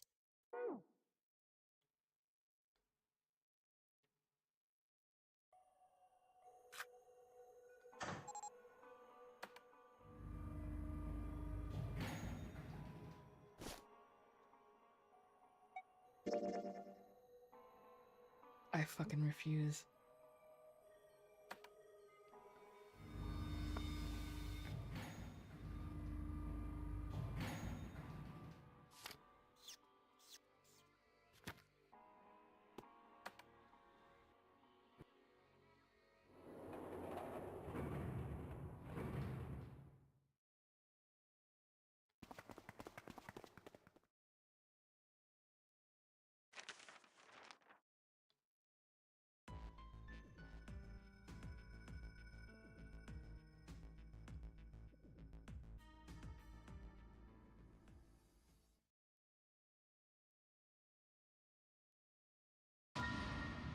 I refuse that option always.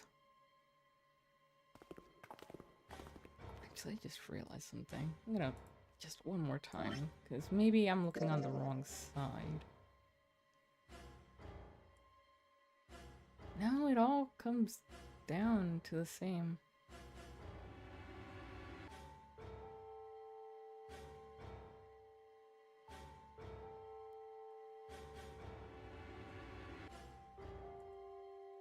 And that's 6. Okay. Yep.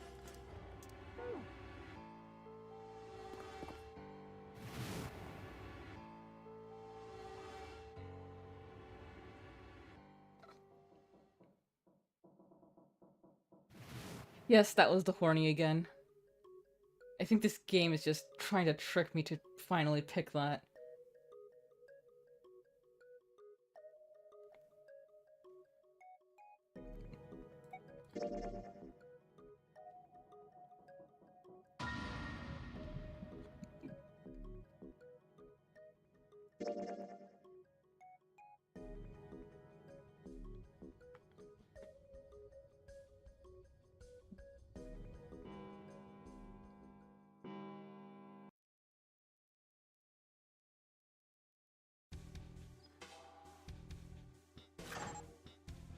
I'm the only one allowed to do any oozing here.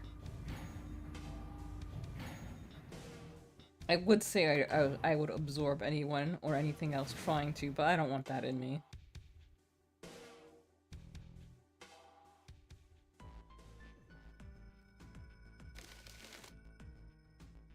Alright, you stupid fucking titties. You stay away from the keyboard this time.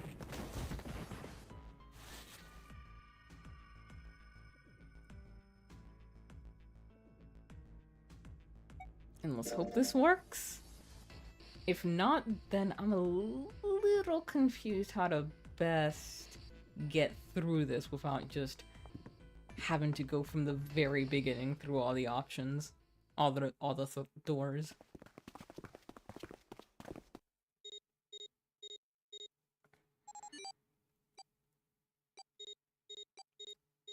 Because this should provide an alternate path.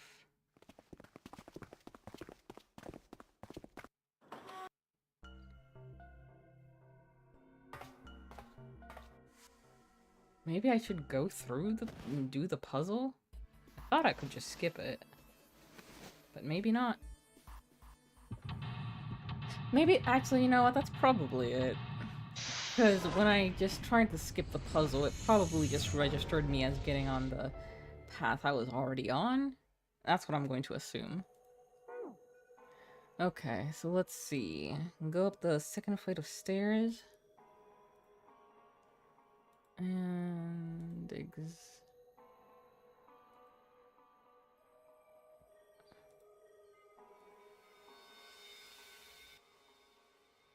examine door A.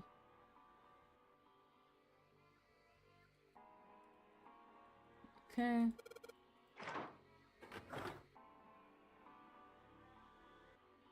Take the wheel from the winch through door B.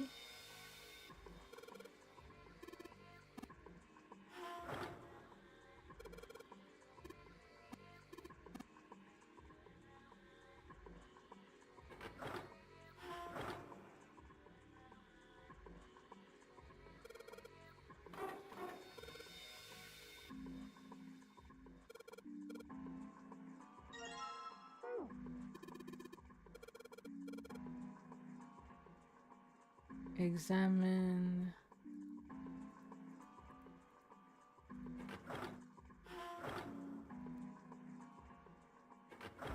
the thing over on C.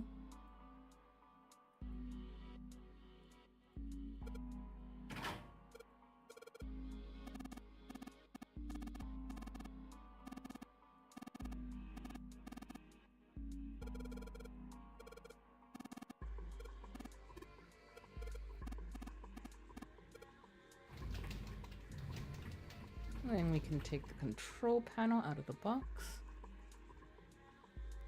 I believe the box. Yeah. June's.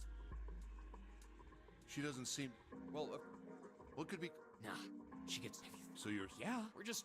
We're just a guinea. You mean we're? Is that what? Dunno. But.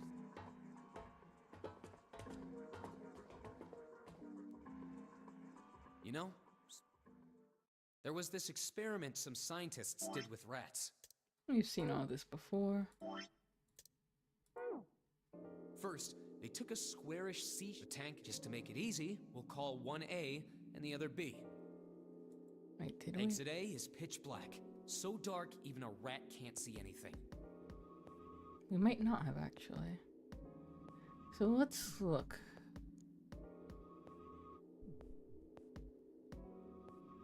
We're just guinea pigs. Santa snorted in disgust. A guinea pig? You mean like a lab rat? You mean we're being used for some sort of experiment? Is that what you're saying? To know, but it seems like a possibility, you know? They stood there for a few more minutes, no one speaking until Santa turned and walked away from the winch. Junpei and Ace followed him. You know, speaking of experiments, Santa suddenly stopped. It was this experiment some scientists did with rats. First, they took a square C-shaped tank and filled it with enough water that rats could drown in it. The tank has 2 exits. Just to make it easier, we'll call one A and the other B. Exit A is pitch black, so dark even a rat can't see anything. But exit B is electrified, which means the rat can't leave through it. So, what would a rat do if it was put in this situation? Which exit would the rat choose? There was a moment of silence after Santa posed a question, and then Ace responded. B, of course. The rat has no way of knowing that exit B is electrified. Exactly. The rat goes to exit B. Of course, like I said, it's electrified, which means the rat can't get out that way. So, after a lot of trial and error, the rat finally finds exit A. I can't say that's very interesting or relevant. It's simply the story of a laboratory experiment. You're right. It isn't very interesting. Yet. See, these scientists repeated this experiment over and over, using hundreds of different rats over several generations. This produced some surprising results. With each generation, the rats took less time to find the correct exit. Eventually, a rat was put in the tank who instantly chose exit A without even attempting to go to exit B. But that wasn't the most impressive part. The same experiment was conducted in another laboratory, far from the original one, with the same results. No, on second thought, the results weren't really the same. The rats in this second experiment began the trials with significantly faster times than the first rats in the initial one. These rats weren't related to the others and had never even come in contact with them. And yet, they all easily found their way to exit A as though they already knew. What did it mean? Are you suggesting something like telepathy? They were passing information to one another through some undetectable medium? Ace looked skeptical. Santa snorted at him. How the hell would I know? I'm not any kind of scientist. I don't know what made him do that, but I do know that story's true. And if you've got another explanation, I'd sure love to hear it. Come on, let's get going. There's still a lot here we haven't checked out. And we gotta get the hell out of here before June passes out. Without waiting for a response, he turned around and started walking. Junpei, however, wasn't quite ready to leave the topic alone. Wait. There's something I want to ask you. What? Santa stopped and turned Why around. did they use that tank for the experiment? Huh? Well, I mean, it seems like you could conduct the same experiment without the water. They could have just used a dry box, you know? If they needed to motivate the rats to escape, they could have, I don't know, put some bait by exit B or something. I mean, do they really have to make it so the rats can drown? Santa gave a grim bark of a laugh. You know, the word emergency comes from the same root as the word emerge. You ever think about that? Huh? Well, an emergency is something urgent, often something dangerous. And to emerge means to sort of come out, or appear, or rise out of something else. So what's going to emerge in an emergency? Inspiration. Inspiration? Yeah. Think about it. When the chips are down, either you crack or your mind focuses and pulls up what you need. So in an emergency, your real potential emerges. Is that what you're saying? Yeah. That's why the rats had to drown. They had to be in danger. There had to be an emergency for inspiration to emerge. Oh. Junpei suddenly felt cold. The back of his head was aching, and his stomach felt strange. Okay, so now We go back here.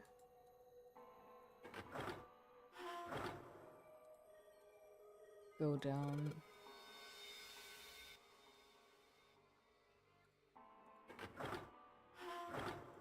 Stairs.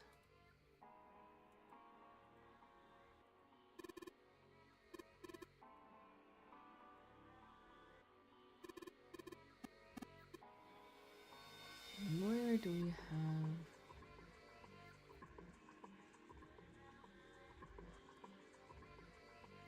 There we go. The control panel.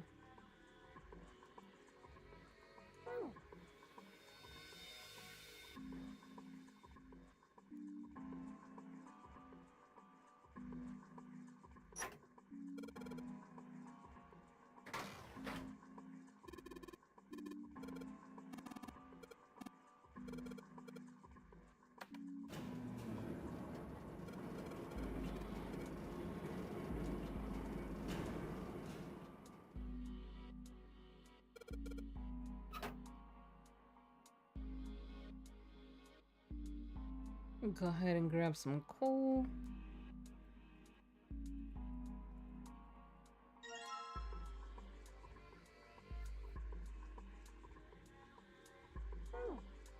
And then we put this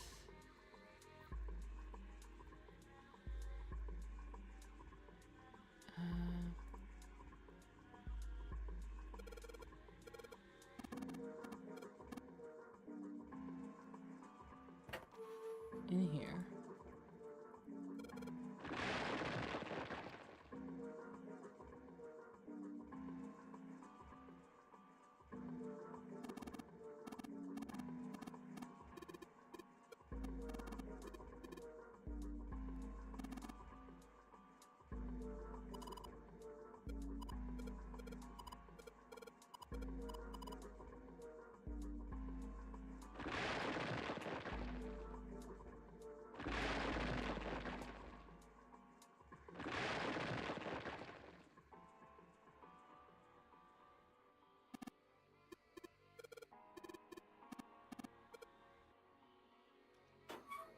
When we go up the stairs, we can mess around with this.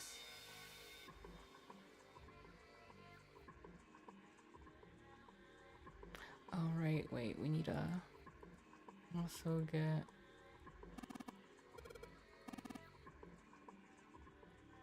Shoot.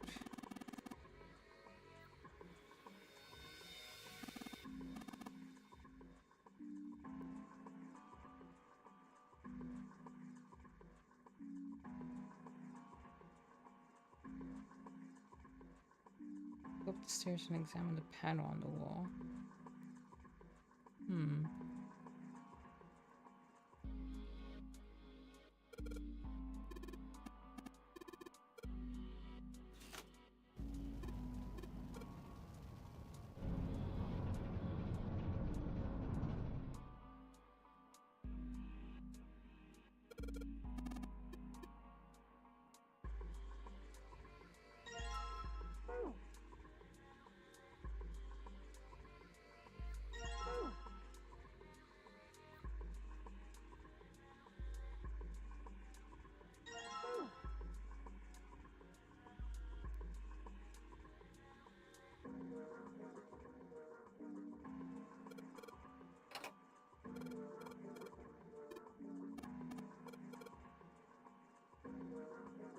Yeah, we got it.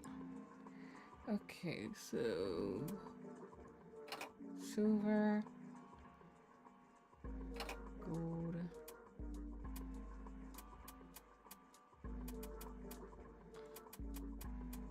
there we go.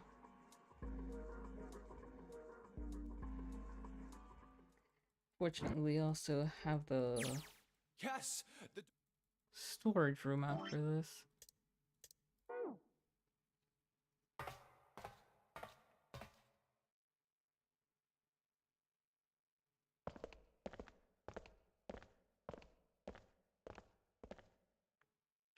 And this was We the... didn't have parents.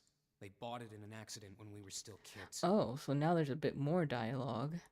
So yes, this was where Santa just randomly started talking about his sister that really took Kuru out.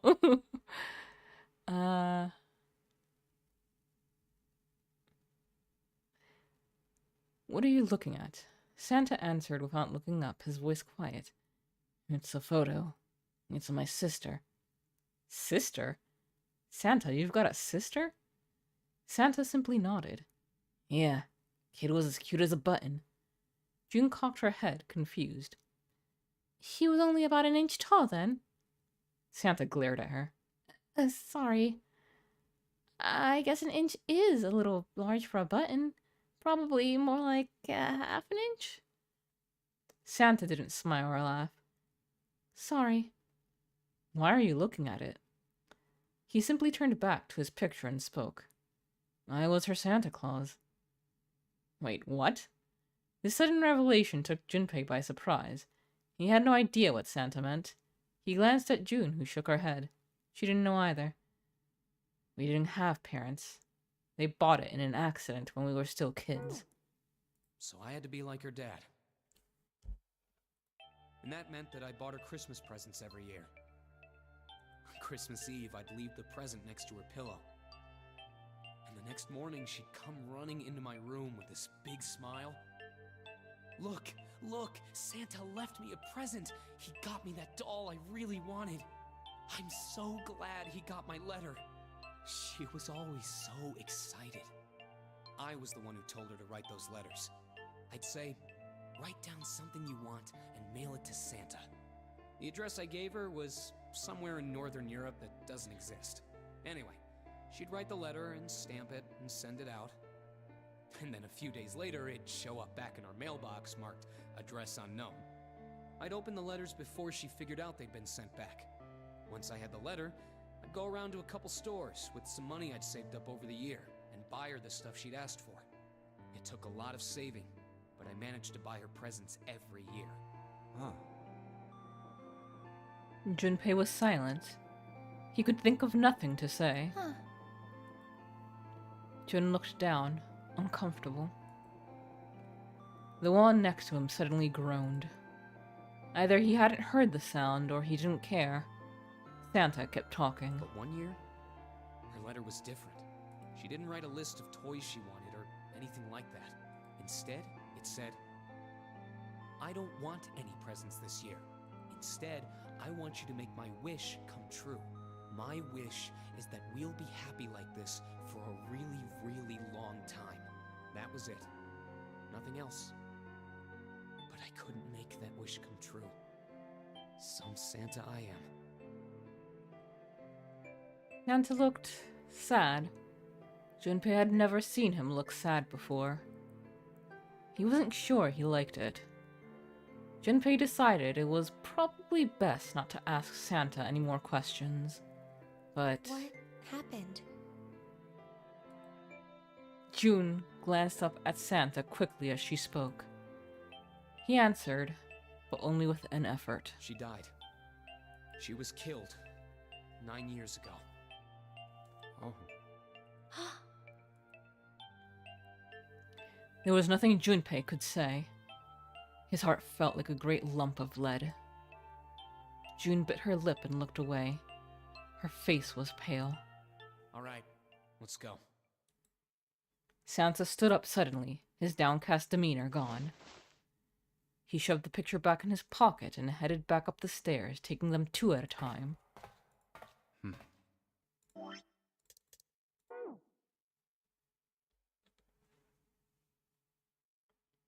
Alright, and now we are here.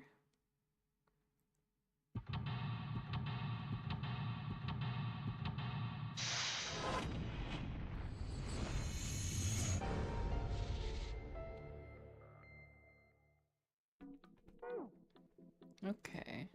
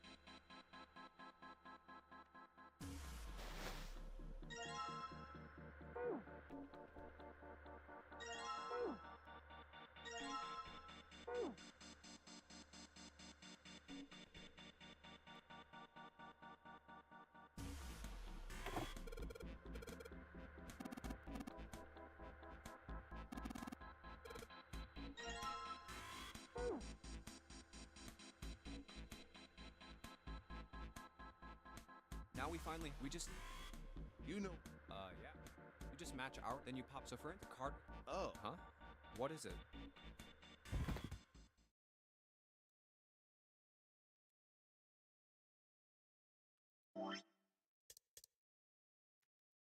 Alright.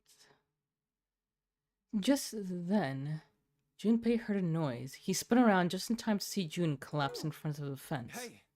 June, are you okay? She did not respond. Junpei spun back around to face Ace. I'm sorry, I gotta go check on her. You finish the box thing, alright? Just put the cards in the boxes. I'm counting on you. He shoved the cards into Ace's hands and ran off towards June. Are you alright? What happened? Junpei called out to her as he stand? ran.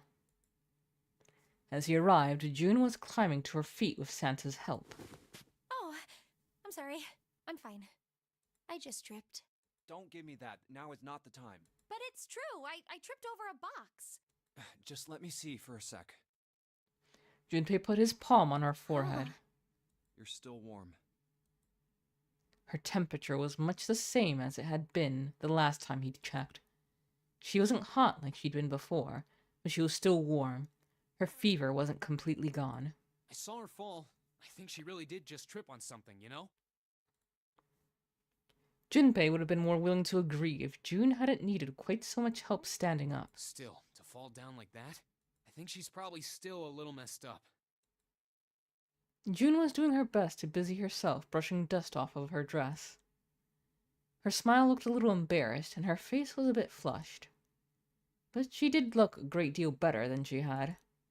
Still. Alright, well, let's just get out of here as fast as we can so we can get you to a hospital. Oh, I don't think it's anything that serious. I just need a little medicine and some sleep, and I'll be fine. Medicine. Medicine, huh? Well, if we could get in touch with anyone outside, I'll bet Ace could swing that for you easy. Ace? Why? Huh? Don't you know? He's the president of a pharmaceutical company. Is he now? Huh. Cradle Pharmaceuticals is the name, I think. Their flagship product is an anesthetic drug called Soparil. Soparil. Soparil. I've heard of that before somewhere. Junpei couldn't shake the feeling that he'd heard about Soparil before. Santa continued. Soparil. It's an anesthetic that's a gas at room temperature, a lot like how nitrous oxide is. It takes only a few seconds to spread, and even a small amount is very effective. A bunch of countries quickly accepted it for widespread use within their police and military forces. It was an effective crowd suppressant and room clearer. It was practical, ethical, and the humane nature of it made it the ideal drug. Sure thing. It's been around for about 6 years.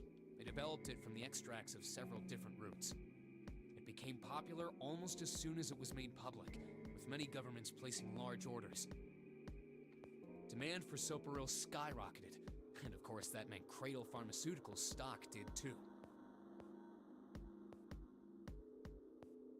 Why do you know all of this?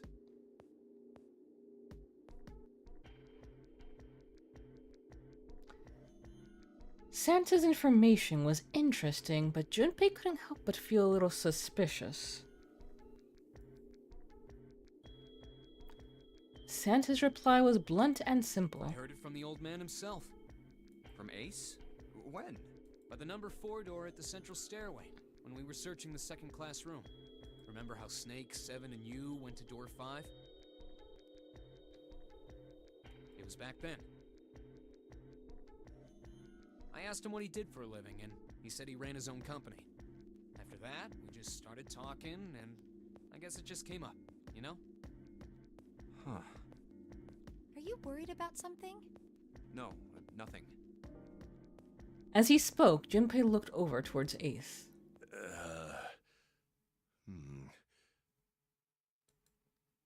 He seemed to be having difficulty with the 9 boxes. the hell is he doing? He turned back to June and Santa. June, don't push yourself, all right? Yes. Santa, could you take care of her? I'll go check on Ace. Looks like he's having trouble. Sure. He gave them both a short nod, then turned and headed towards Ace. What are you doing? Ace's back was to him as Junpei approached. The older man turned around to look at him. His face was pale and covered in sweat. What happened? Nothing. My vision has gotten rather blurry, I think, because of fatigue. I can't see very well at the moment. What can't you see well? These pictures. Ace held the cards out to Junpei, splayed out in the shape of a fan. I don't care to admit it, but I may be developing presbyopia. Growing old is a difficult thing. He made the best attempt he could at self-deprecating smile, but his face was flushed and his lips were pale and drawn. At any rate, I'll leave the rest to you.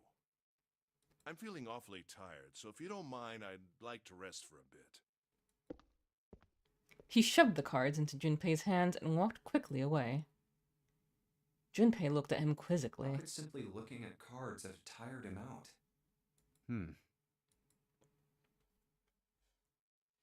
Junpei looked down at the cards in his hands.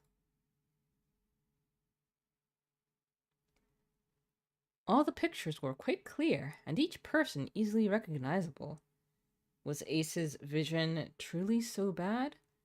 Or perhaps there's a reason that Lotus told us about difficulty with facial recognition.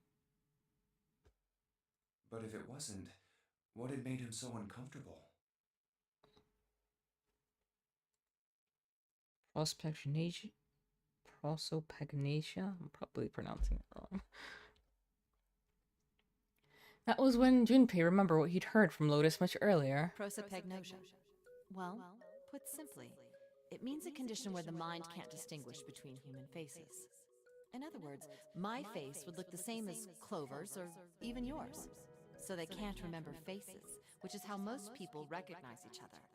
That means that people with prosopagnosia have trouble recognizing even people they're close to. Maybe he's got prosopagnosia? Junpei took another look at Ace. He sat at the base of the stairs, looking quite depressed. Well, he looks depressed enough to have it. If he really did have prosopagnosia, there was no doubt it was a depressing and painful experience. Still, Junpei didn't feel like patting him on the shoulder and telling him everything would be alright. Didn't feel that patting him on the shoulder and telling him everything would be alright would help that much. Still, Junpei felt perhaps it was best he keep Ace's condition to himself, at least for the time being. Oh well. Doing his best to clear his mind for the task at hand, he turned back towards the boxes. Time to solve the 9 boxes puzzle. Okay.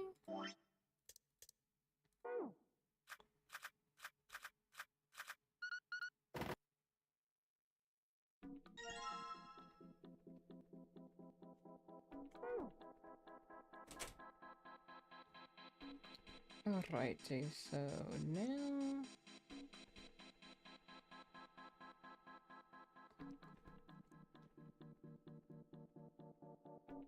climb to the top of the stairs and take the number pad.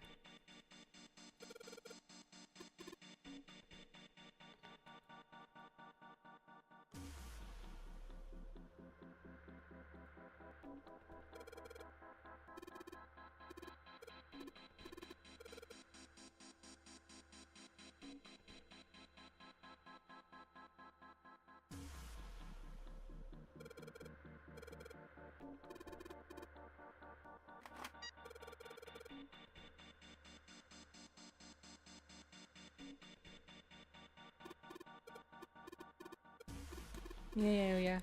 Stop with the explanation, we got it. This one's the one that got explained like 5 times over.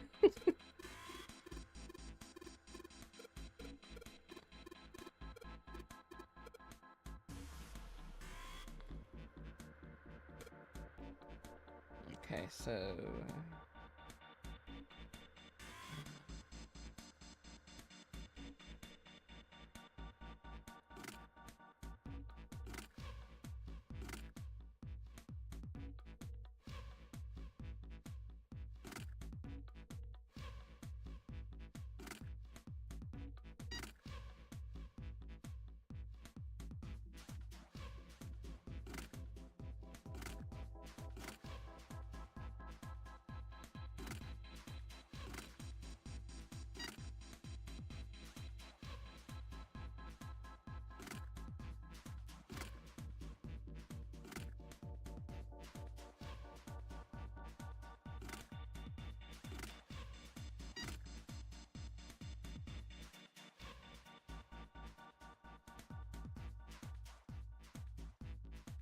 Oops, wait.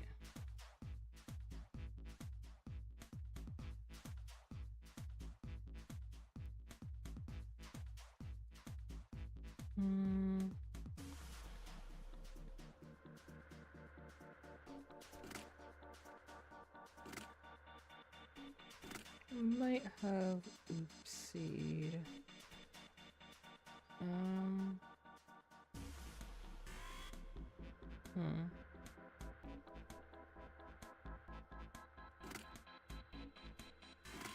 Missile disable 9. But then we can do this. No, I think I had to do that anyway.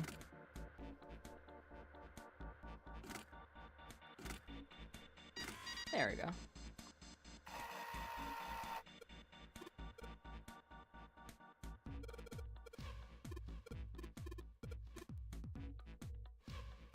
And then here, 8, 1, 6, 3, 5, 7, and not, oop.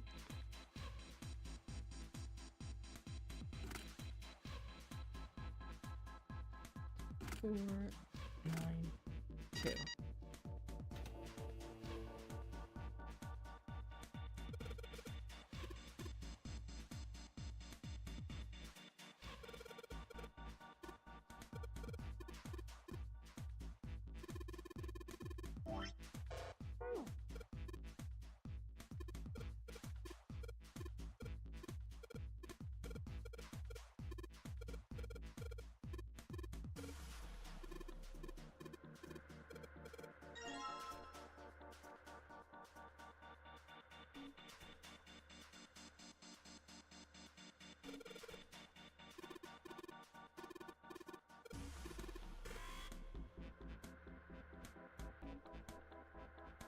Okay, so let me see if I can try and remember this, because this is one that's hard to write down.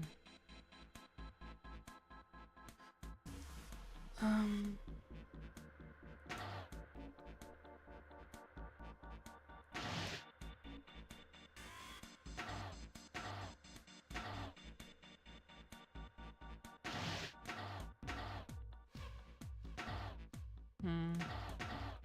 think I fucked up.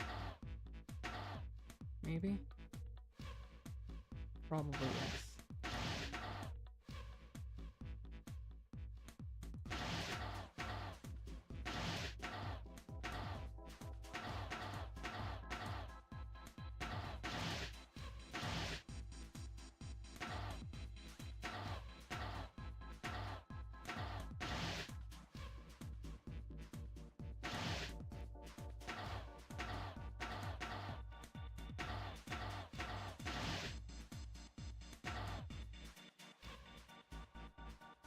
Yes, I fucked that up.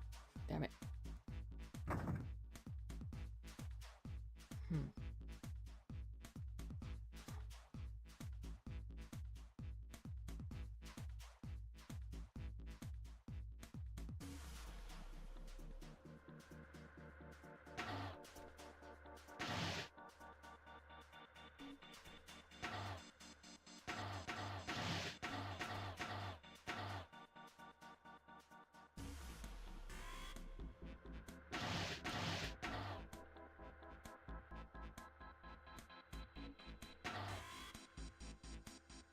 Hmm. Hmm. Nice.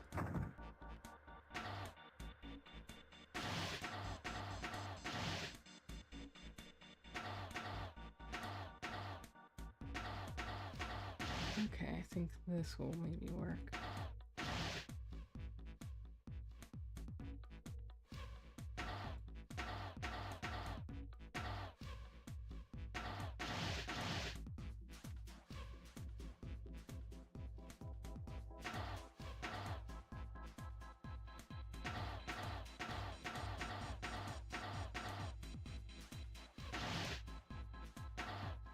Assuming I have enough space or moves, I might not. No. Damn.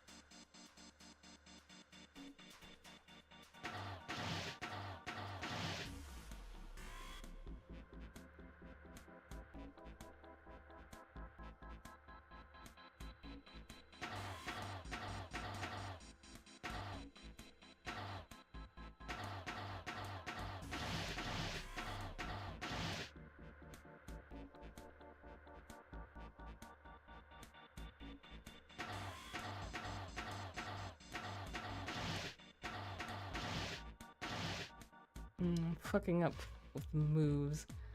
It's definitely there that you want to get everything into, but what order do I put them in?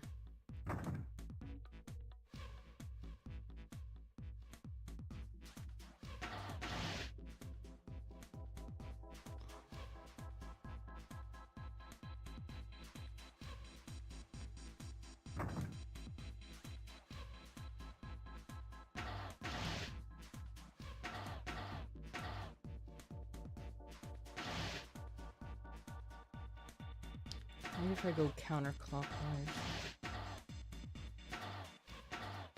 Okay.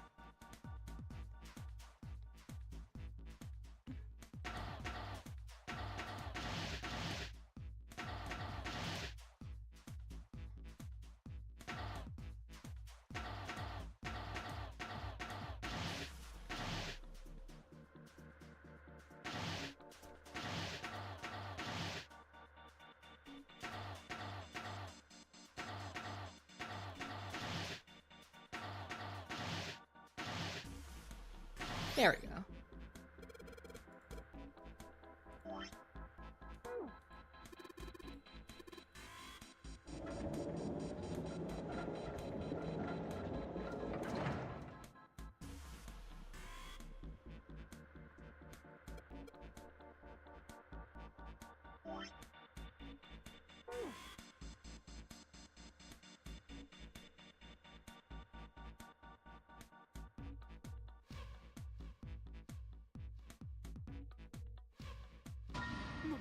Mummy!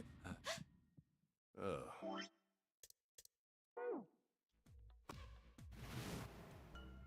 Yay! What a sweet present.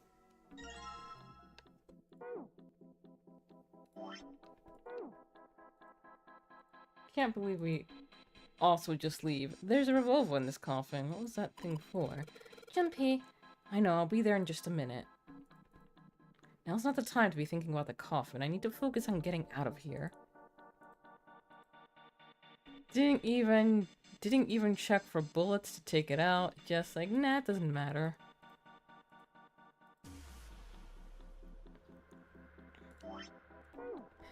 Let's just put this key in here and... Yes! Sounds like that did it. Hey! Looks like it's open, Junpei. I see. This key should open this door. Hey, what are you waiting for? Let's go! Yes, it's opening!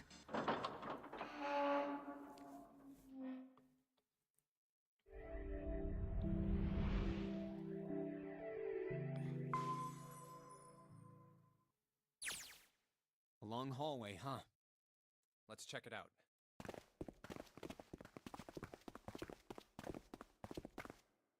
We've seen this elevator before.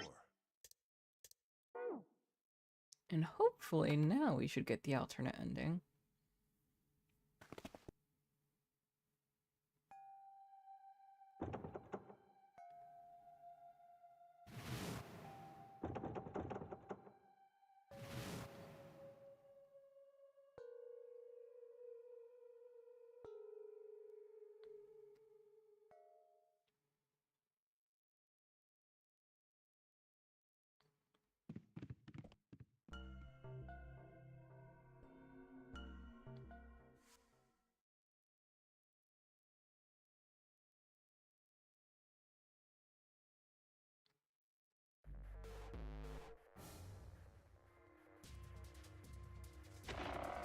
She's not here. No, she isn't. Alright, just in case, we should go take a look in the shower room. Shower room? That's where her brother is. She might have gone to see him. Well, we might as well check, right? Let's go. Good. We can still get in. We should thank Seven later.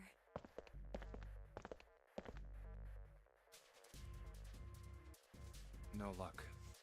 Yeah, I don't think she's here. The smell is horrible. Let's check the back, just to be sure. No, she's not here. Snake, just where did your sister go? Such a horrible way to go. The skull shattered, the left arm's hideously twisted. The left arm is hideously twisted. You're almost there, Junpei. Wait, Yes. bones. My brother's left arm is, it's not like a normal person's arm. The accident hurt him really bad. Of course. Of course. Why didn't I realize it earlier? Jumpy? Oh, sorry for making you wait. Let's go.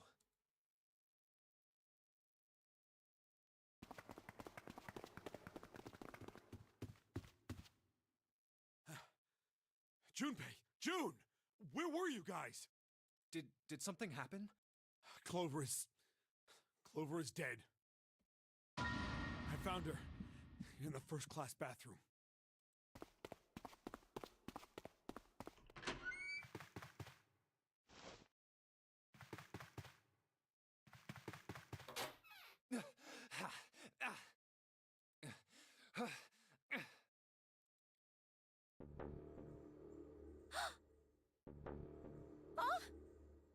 Clover. Clover. Why? Why did this happen?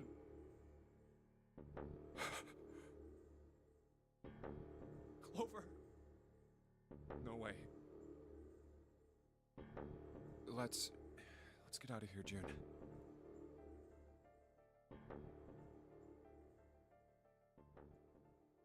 Are you all right?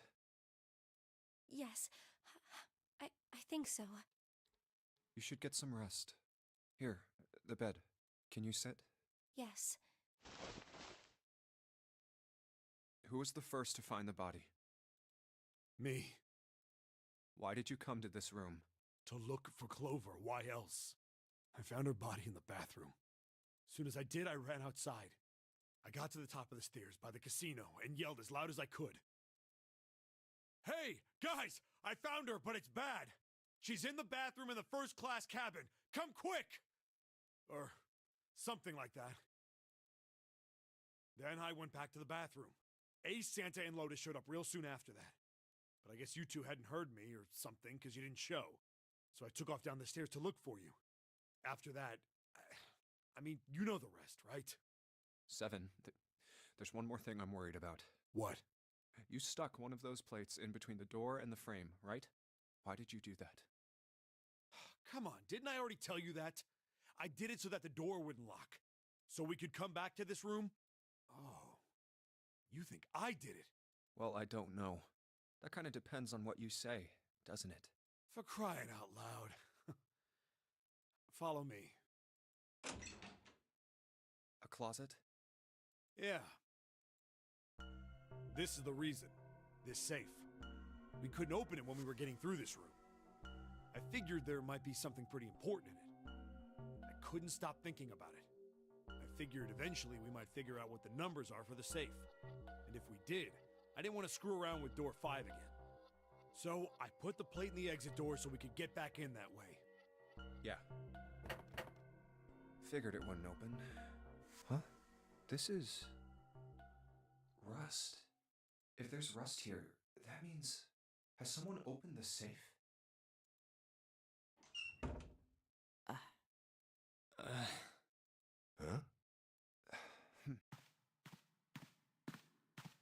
Maybe there's another clue.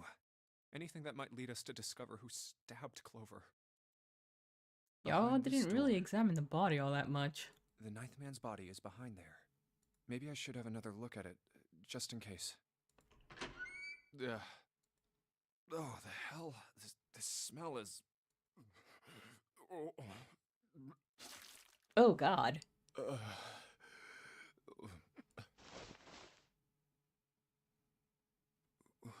Wait, it's gone. His bracelet. It's gone.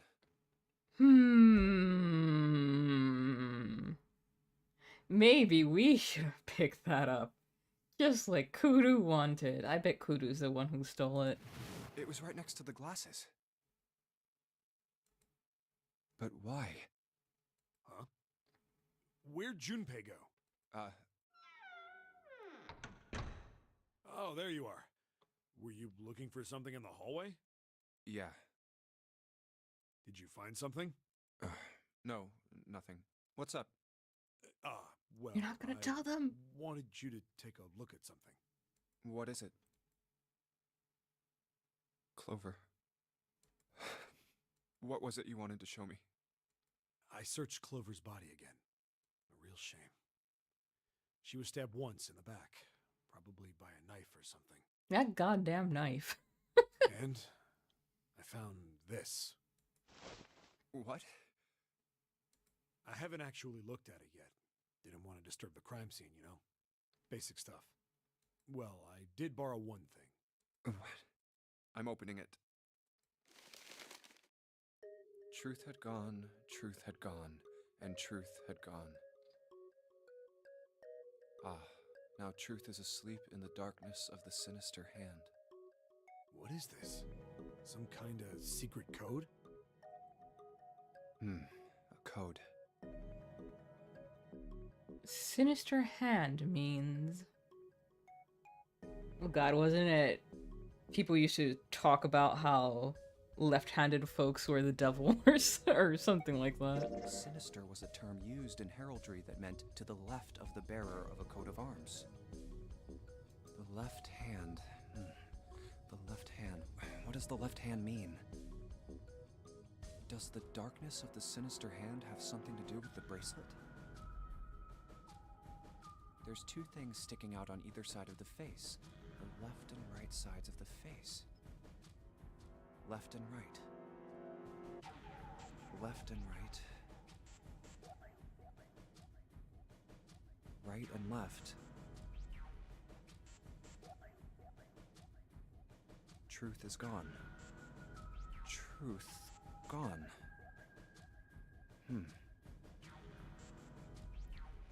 Truth. Gone. Maybe those two words. What about reading it out loud? How about switching the sentence around? What else could gone and truth mean? What about reading them backwards? What else could they mean? What else could gone and truth mean? Truth, of course, means something that is correct, something that's fact. In other words, something that is right. You could then safely assume that gone means left. After all, after someone left, they were gone. But in this case, they clearly refer to their directional homonyms. Then truth equals right, and gone equals left. Hello, Advo. Welcome to the stream. Thank you for coming. You're coming right at the end. So let's see, that would be R L R L R.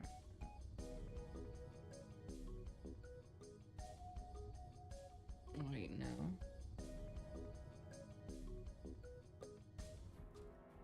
The left and right of the bracelet. These two things sticking out. So if I... Press them in the following order. Oh god.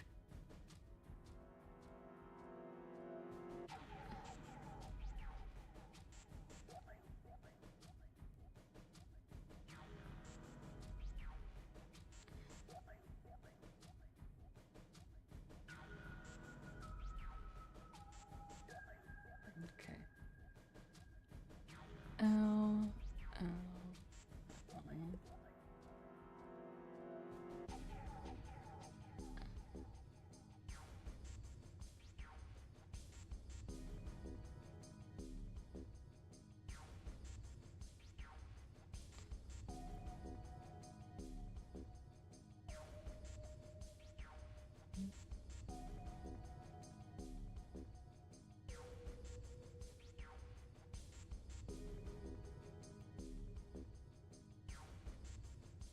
Hmm.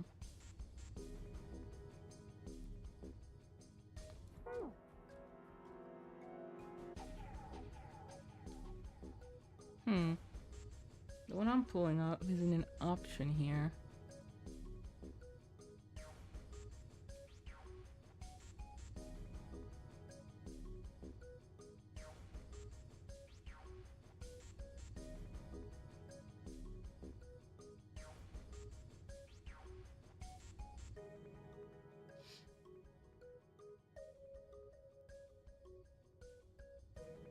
I'm just gonna look at this. Yep, there we go.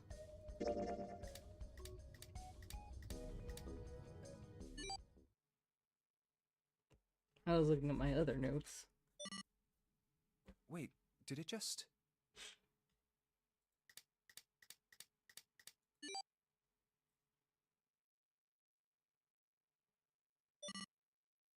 One, 4, 3, 8, 3, 4, 2, 1. Huh? Hey, what are those numbers? 1, 4, 3, 8, 3, 4, 2, 1. 4, 3, 8, 3, 4, 2, 1. 1, 4, 3, 8, 3, 4, 2, 1. 1, 4, 3, 8. 1, 4, 3, 8. 1, 4, 3. 1, 4, and... Oh. Bingo. Oh, is this some sort of note? Let's see. Fact 1. The Nonary game was played once before, 9 years ago. Fact 2. The person with the number 2 bracelet attended the game 9 years ago. That would be Snake. Fact 3. It was planned by the following 4 people. Cradle Pharmaceuticals CEO, Gentaro Hongo. And we know who that is now. Cradle Pharmaceutical Chief of Staff, Nagisa Najisaki. Cradle Pharmaceuticals R&D Supervisor, Teruaki Kubota. Majority shareholder in Cradle Pharmaceuticals, Kajichike Musashiro. I must punish them for the innocent lives they sacrificed. This is the only warning they will receive. That innocent souls might be saved, I now state the truth. 0. Sorry, but do you think you could all come with me? Come with you. I want all of you to go to the big hospital room. Why? There's something I want to be sure of. What do you want to be sure of? I want to know if the person I suspect is really the culprit. Wait, then you're saying... Yeah, I think I've got it figured out. I know who killed Snake and Clover. Anyway, if you could all please move to the big hospital room. I mean, though technically, You should know by now, though, that Snake is probably still I'll alive. explain everything as soon as we get there. Clover, not so much.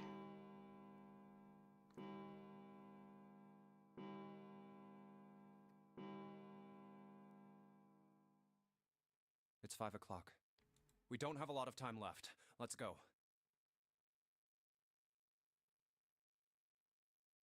Actually, before we get started, I was hoping you could do something for me.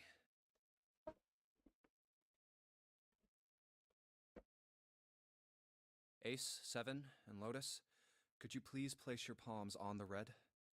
Hmm? Huh? Why? If we need to get to the shower room, why don't we just... No, we're not going inside. Once you've authenticated, step away from the door. Why? Please, just do it. Or perhaps you don't want to know who killed Snake and Clover. Fine. What about you, Ace, Lotus? Very well. Sure.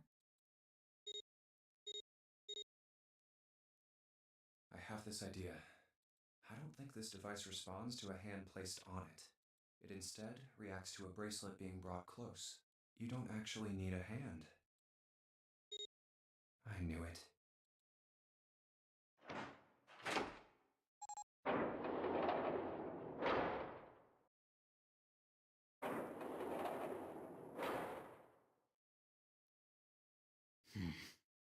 Huh?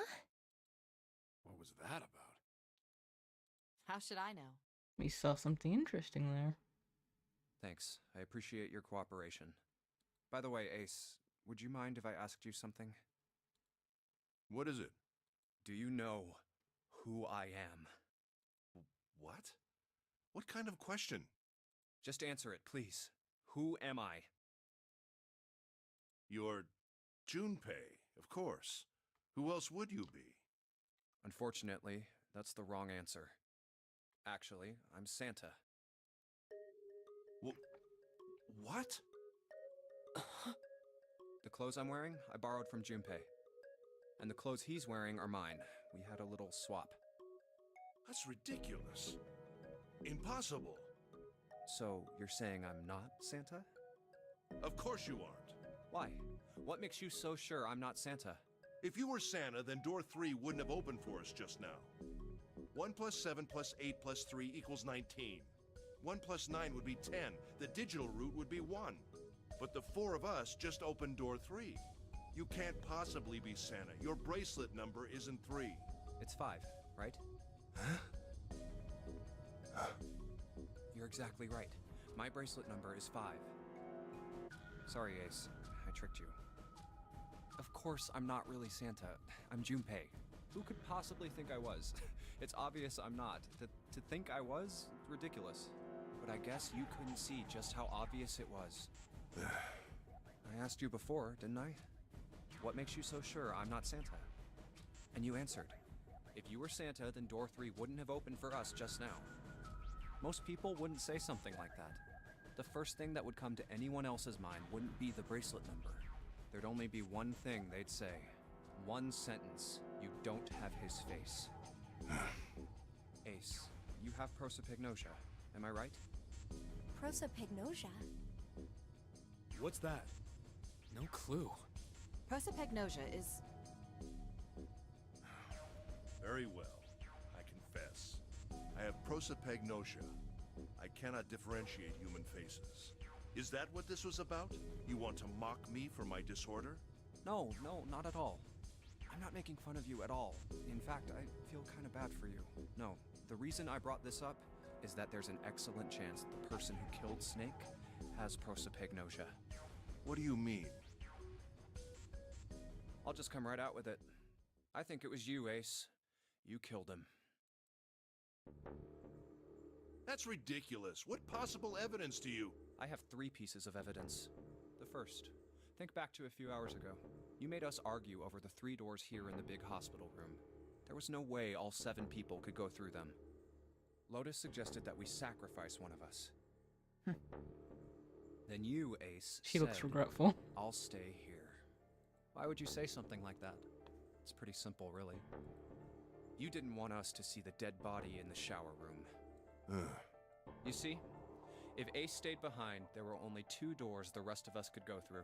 Unless you decide to be a dick like we were on the one route. Door 7 and 8.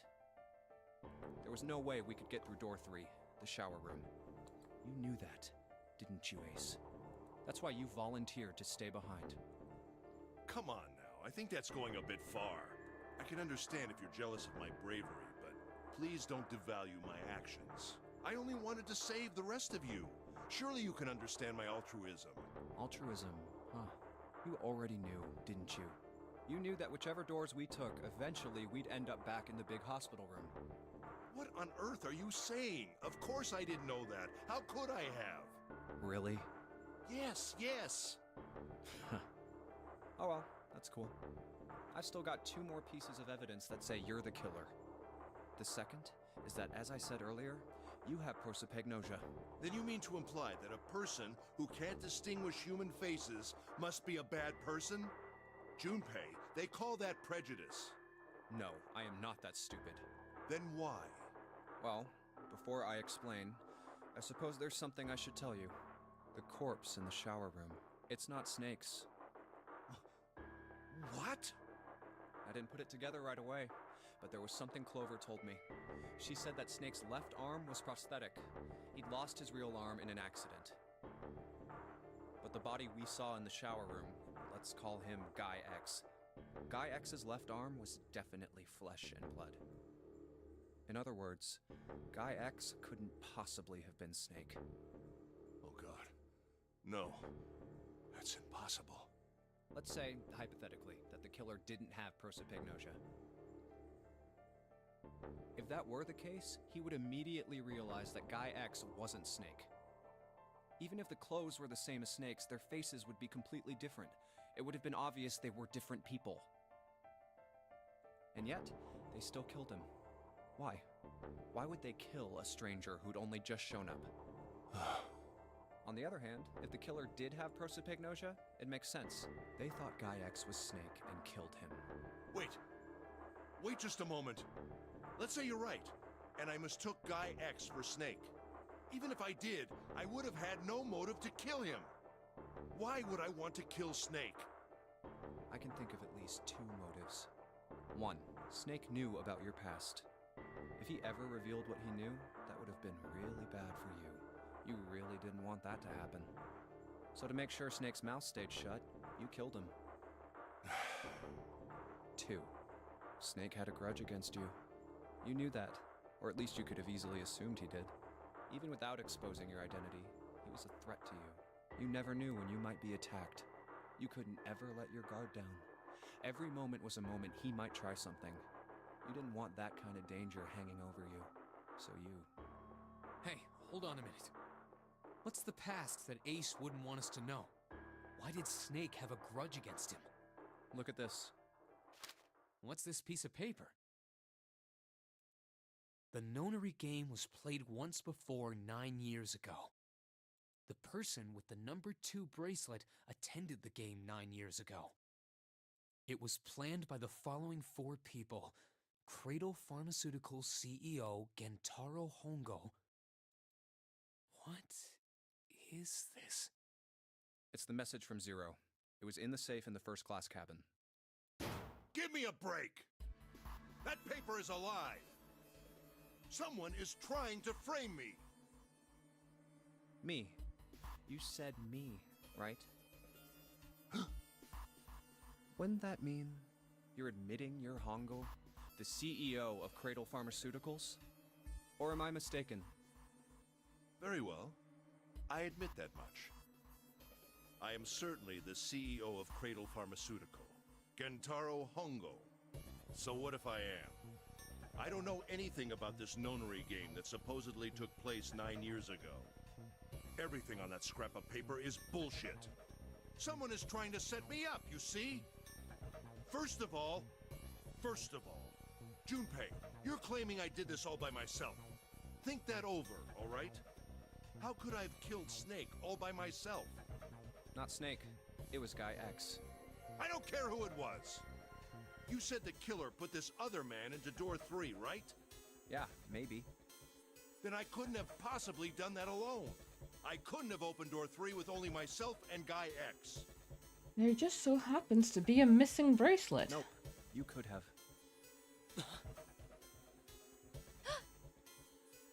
Huh? Huh? What? Actually, Ace, when you were unconscious, I took something from you. Remember when you were injected with that anesthetic and fell asleep in the big hospital room? Yeah, back then, I took this. No! You couldn't have! He just played you so hard. I got you, Ace. Your right hand there tells me all I needed to know. You want to tell me what you were so worried about? What's in your pocket? It's the number 9 bracelet, isn't it? Ace, Guy X, and the 9th man's bracelet. That was all you needed to open door 3. That's how you killed Guy X all by yourself, Ace. All you needed was the number 9 bracelet in your chest pocket. If you want to play innocent, that's fine by me. Go ahead, tell me. I don't have the bracelet, if that's what you want to do. But if you could take off your coat and hand it to me, I'd really appreciate it. Otherwise, we'll have to take it from you by force. Right, 7? Yeah, it'd be my pleasure.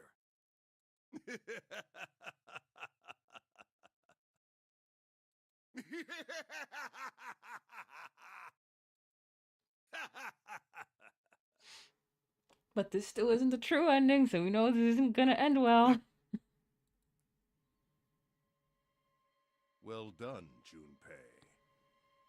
As you so correctly deduced, I have the number 9 bracelet. I retrieved it while we were searching for the missing hardware for the red. I left the room I was supposed to search and headed to the first-class cabin on B-deck. My purpose was to obtain the number 9 bracelet. 9 is a potent ally in the nonary game. Adding 9 to any set of numbers won't alter the digital root.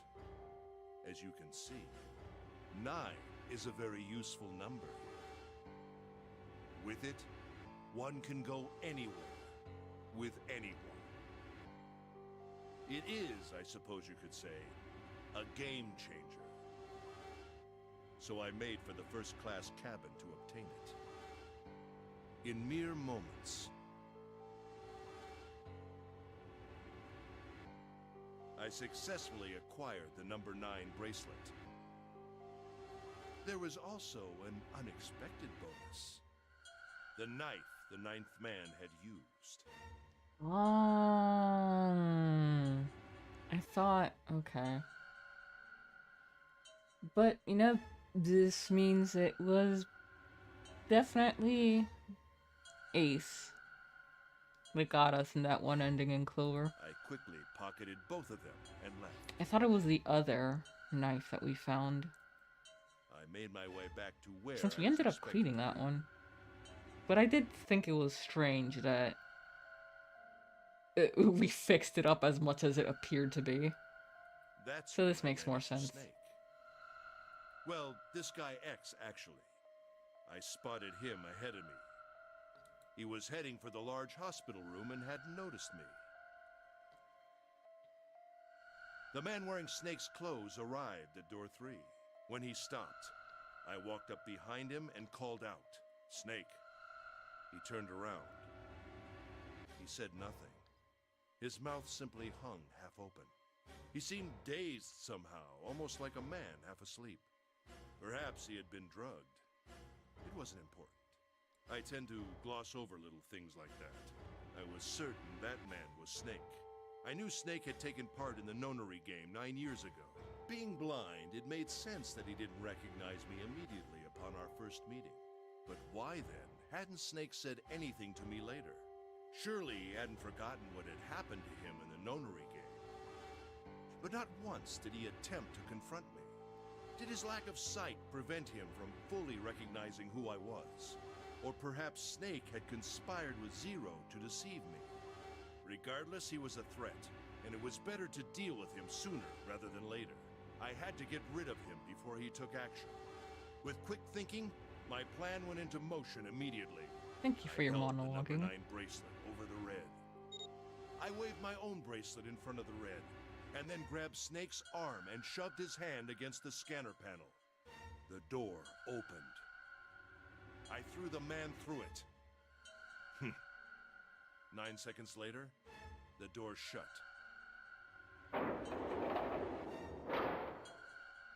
81 seconds passed.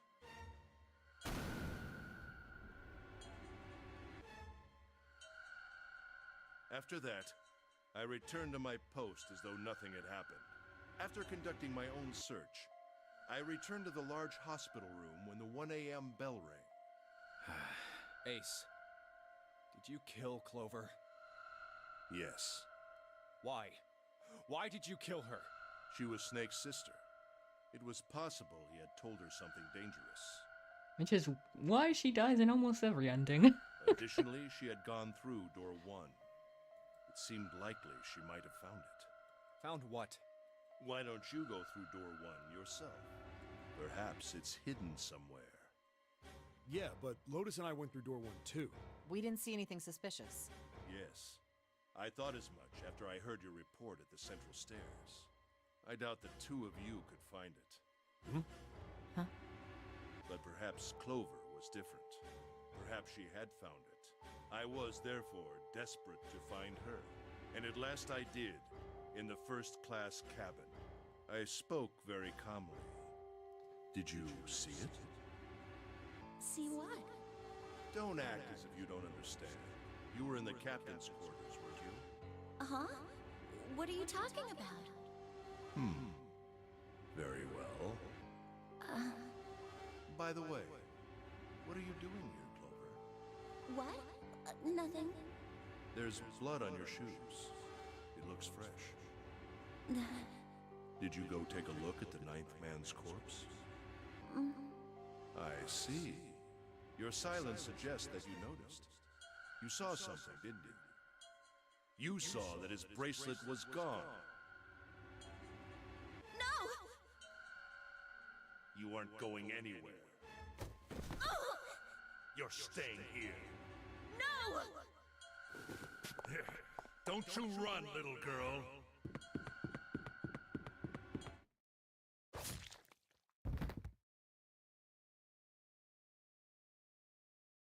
That was how I killed Clover. You son of a bitch!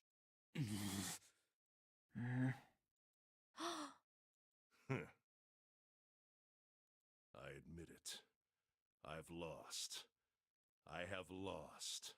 Completely and utterly. Don't misunderstand, Junpei. I didn't lose to you. I lost to Zero, not you.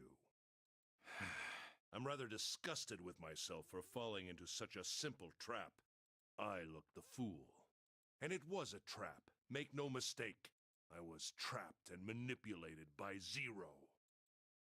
The man I killed in the shower room, if he wasn't Snake, then I have no idea who he was. But he was wearing Snake's clothes, and that was no coincidence. And had the bracelet. He had also been injected with something that reduced his cognition and prevented him from identifying himself or resisting me. And we can't forget the components that were removed from the red before we arrived. I have no doubt that Zero planned all of this. Zero made sure I would kill that man. Ah, yes. He forced your hand. It follows, of course, that Zero knew everything I would do. That I would try to take the number 9 bracelet. That I would try to kill Snake. Everything.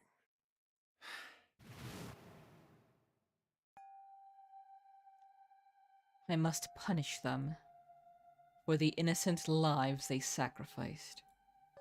This is the only warning they will receive. That innocent souls might be saved, I now state the truth. Zero.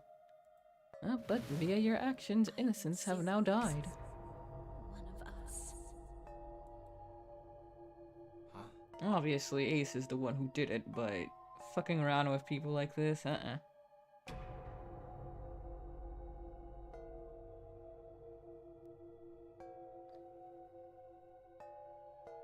is one of us? No. Wait. There's one more person. Snake. The man who died in the shower room isn't Snake. That means he's almost certainly still alive. Maybe Snake is Zero. Maybe he made Guy X wear his clothes so that we'd all think he was dead. Where's Snake now? If he's off somewhere laughing at us. If he is Zero, he must have been lying to us about everything else. Is he watching us?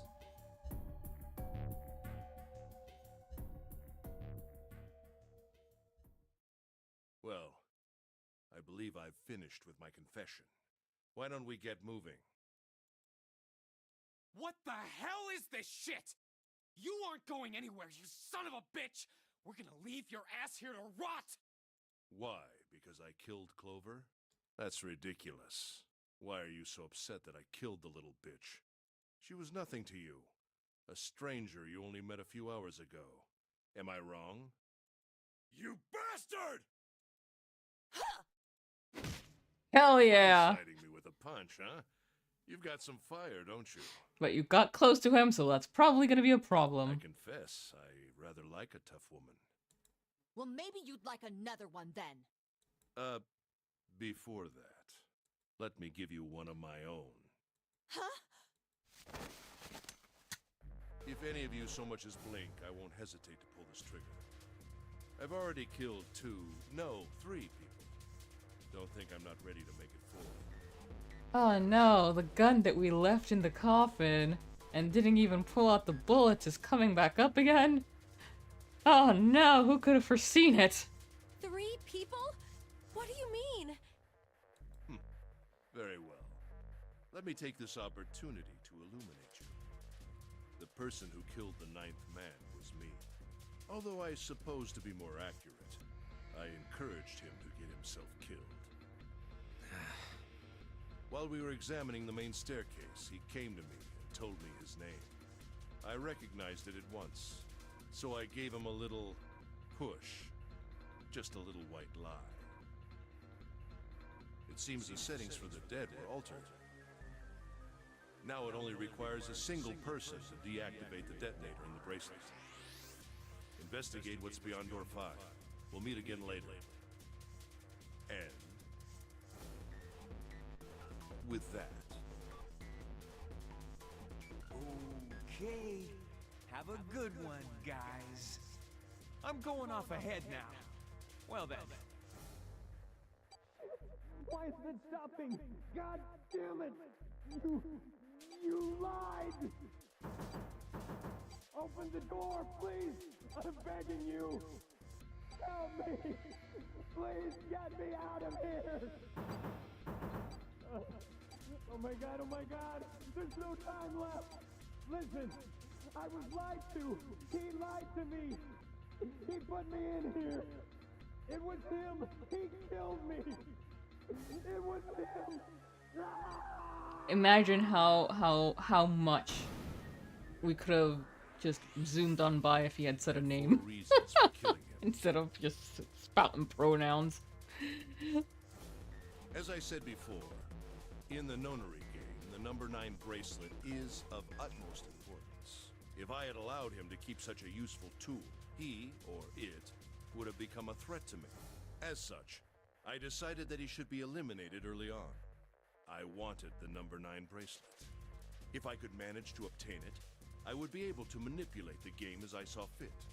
I would be unable to acquire the bracelet unless its owner was dead. That's the second reason. Even setting aside his number, he would have been nothing but trouble for me. He was aware of my past. He knew what happened here 9 years ago. It was important that I eliminate him before he was able to disseminate this information. Lastly, I wished to conduct a simple test. A test to see if this nonary game was serious, or a poor attempt at a joke. I needed to be quite sure. As such, I encouraged him to act against the rules so that I might observe the outcome. I don't get your third motive. What the hell happened 9 years ago? Didn't I say? The nonary game was played. I planned it out, and I conducted its execution. Why? What on earth was it supposed to do? I don't really think I have any obligation to tell you that. Why stop here? You've already spouted everything out. What's with this gun? Where did he get this? Why don't you tell her, Santa? On the other side of door 6, we found the gun in the coffin in the cargo room, right? Bastard must have grabbed it when we weren't looking. Indeed, I did. That was a pretty serious mistake, you know. Just saying you intended to leave it behind. Well, there isn't much time left. I'll be off then. But where are you going? Do I really need to explain? I had assumed it would be obvious. I have the number 9 bracelet, and now I have Lotus. Wasn't there a door with a 9 on it in the room that looked like a church? Yeah, now we know also why Lotus was specifically targeted during the knife ending. That's where you're going, isn't it? Come to think of it. How do you know that? Santa told me about it while we were looking for Clover. I see. Well, you are correct. That is my destination. But now I must say goodbye to all of you. Ah, and please, don't forget my warning. Move and I'll pull the trigger. I don't need her alive to open the door, you know. Shit! He's getting away! But we can't risk it. Now, Lotus, open the door for me if you would. Goodbye.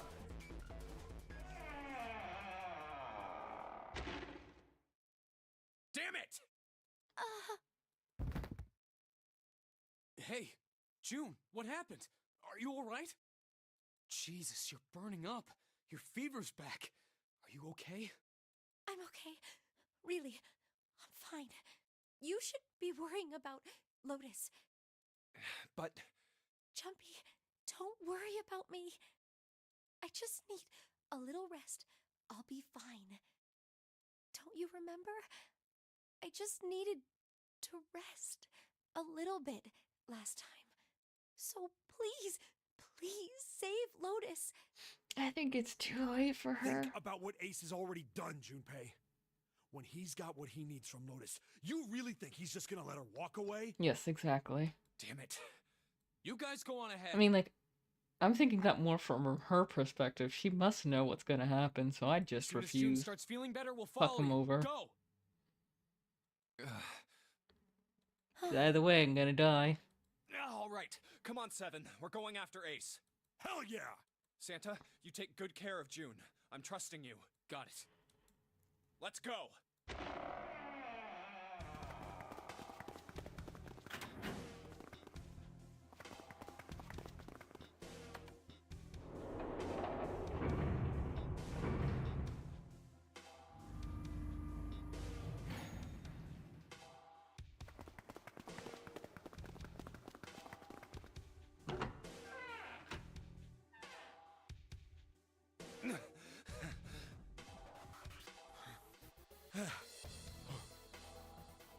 Where are they?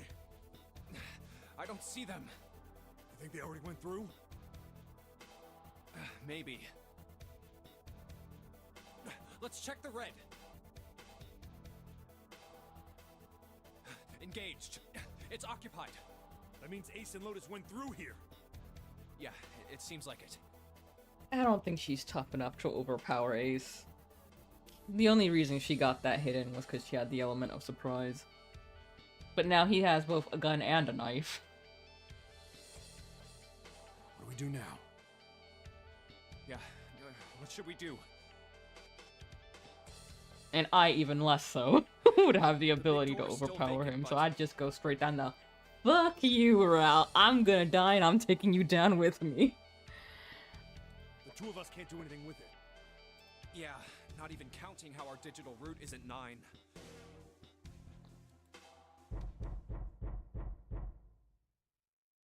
What's that sound?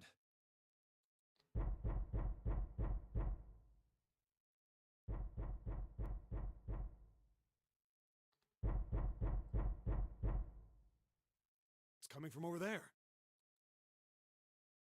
The coffin. Yeah. Let's open it. How? By force! I don't think that's gonna happen. Well, you never know till you try, right? The only necessity for success is the willingness to suffer 1,000 failures. Who said that? I forget. Anyway, we've got to try.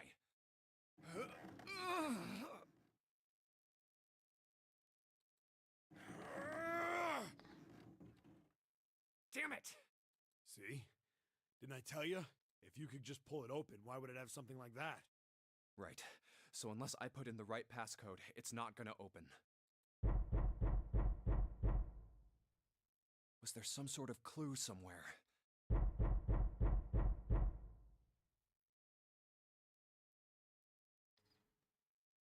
Hey, Junpei. I remember you mumbling about some weird numbers over by the bathroom in the first-class cabin. You got those numbers by solving the secret message Clover was holding, right? Truth had gone, or something like that. Yeah, that's right. What about it? Well, maybe that number's the passcode for this thing, too. Come on, that's impossible. Those numbers were the code to unlock that safe. Yeah, but the person who set up that safe in this coffin is the same person, right? Zero set up both of these. Yeah, probably. Well, then they might have set the same passcode for both of them. That's ridiculous. Why don't you just try it? I mean, it's not like you'll make things any worse. It'd just be a waste of time. There's no way they're the same number. How do you know that? You never know until you try. You've wasted more time The only arguing. necessity for success is the willingness to suffer 1,000 failures. Who said that? You. Fine.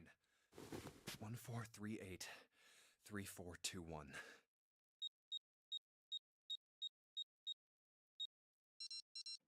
What?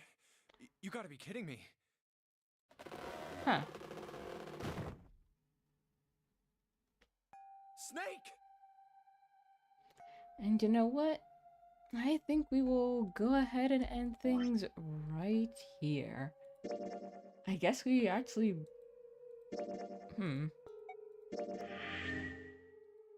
I guess this is another route towards it. Oh, but thank you all so very much for joining me. We had no disconnects. Yay! Well,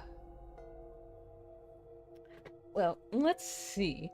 For the rest of the week, I do believe that Leifle canceled Chrono Trigger for this week, so it's not going to be on for this Friday. Yes, they have. So I'll probably do something else. I don't know, maybe... I'll have to see. Maybe I'll go ahead and finish 999. But then on Saturday at 8 PM EST over on my Twitch, I will be continuing the Animorph book series with Moon, which is something we are reading in order to raise money for the Trevor Project. And there is also our Discord, which you can find a link to down in the description. Sometimes I do watch-alongs there. There isn't one that I'm hosting that's currently going on, but I will be getting a watch-along of the original Star Trek going at some point in the future. Actually, let me check. I haven't looked at the poll that I put up on announcements.